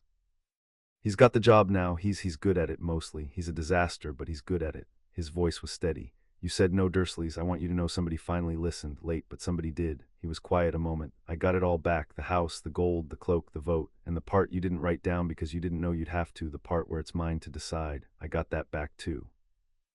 He'd taken that one first, and I think it was the one that mattered most, and I want you to know it's mine again. All of it's mine again. He laid one hand flat on the cold stone briefly. I'll come back. This is a place I get to come back to now. He turned it into a grave, and I'm turning it back into a home slowly, the way Dad wanted. That's the whole story. You can rest. I've got it from here. He did not cry, and he did not need to, and that was its own kind of healing, that he could stand at his parents' graves at the end of the summer that had unmade his whole stolen life and feel, instead of the old raw grief, something quieter and more durable, the grief of a person who has finally been allowed to mourn properly, in the open, in possession of the truth. Then he walked back down the lane in the last of the August light, and let himself out through the gate that knew his blood and did not look back because there was no need. The house would be there. It was his. Everything was his. The ink was gone. He thought on the walk down about the shaft of cold fire a mile beneath the city, and the wheel of 12 contracts that had hung over his whole life burning in a hand he had never held, and the empty dark where they had been. He thought about the boy who had walked into Gringotts on the 4th of July with a summons written on silver, not knowing that he had been spent before he could speak, and about the person walking down this lane at the end of August, who had taken 12 contracts and a forged debt in the most powerful man in Britain, and unmade every one of them in the light by his own hand, and given the dead their voice and the goblins their vengeance and himself at the last. The one thing that had been stolen first and mattered most, his future was empty. It was open. It was his to write in his own ink in his own hand, and no one, not a guardian, not a great man, not a war that wanted him for a weapon, would ever again decide a single line of it before he could speak. Harry Potter walked down the lane in the gold light, free of the ink, and went home to choose what came next. Chapter 7 End.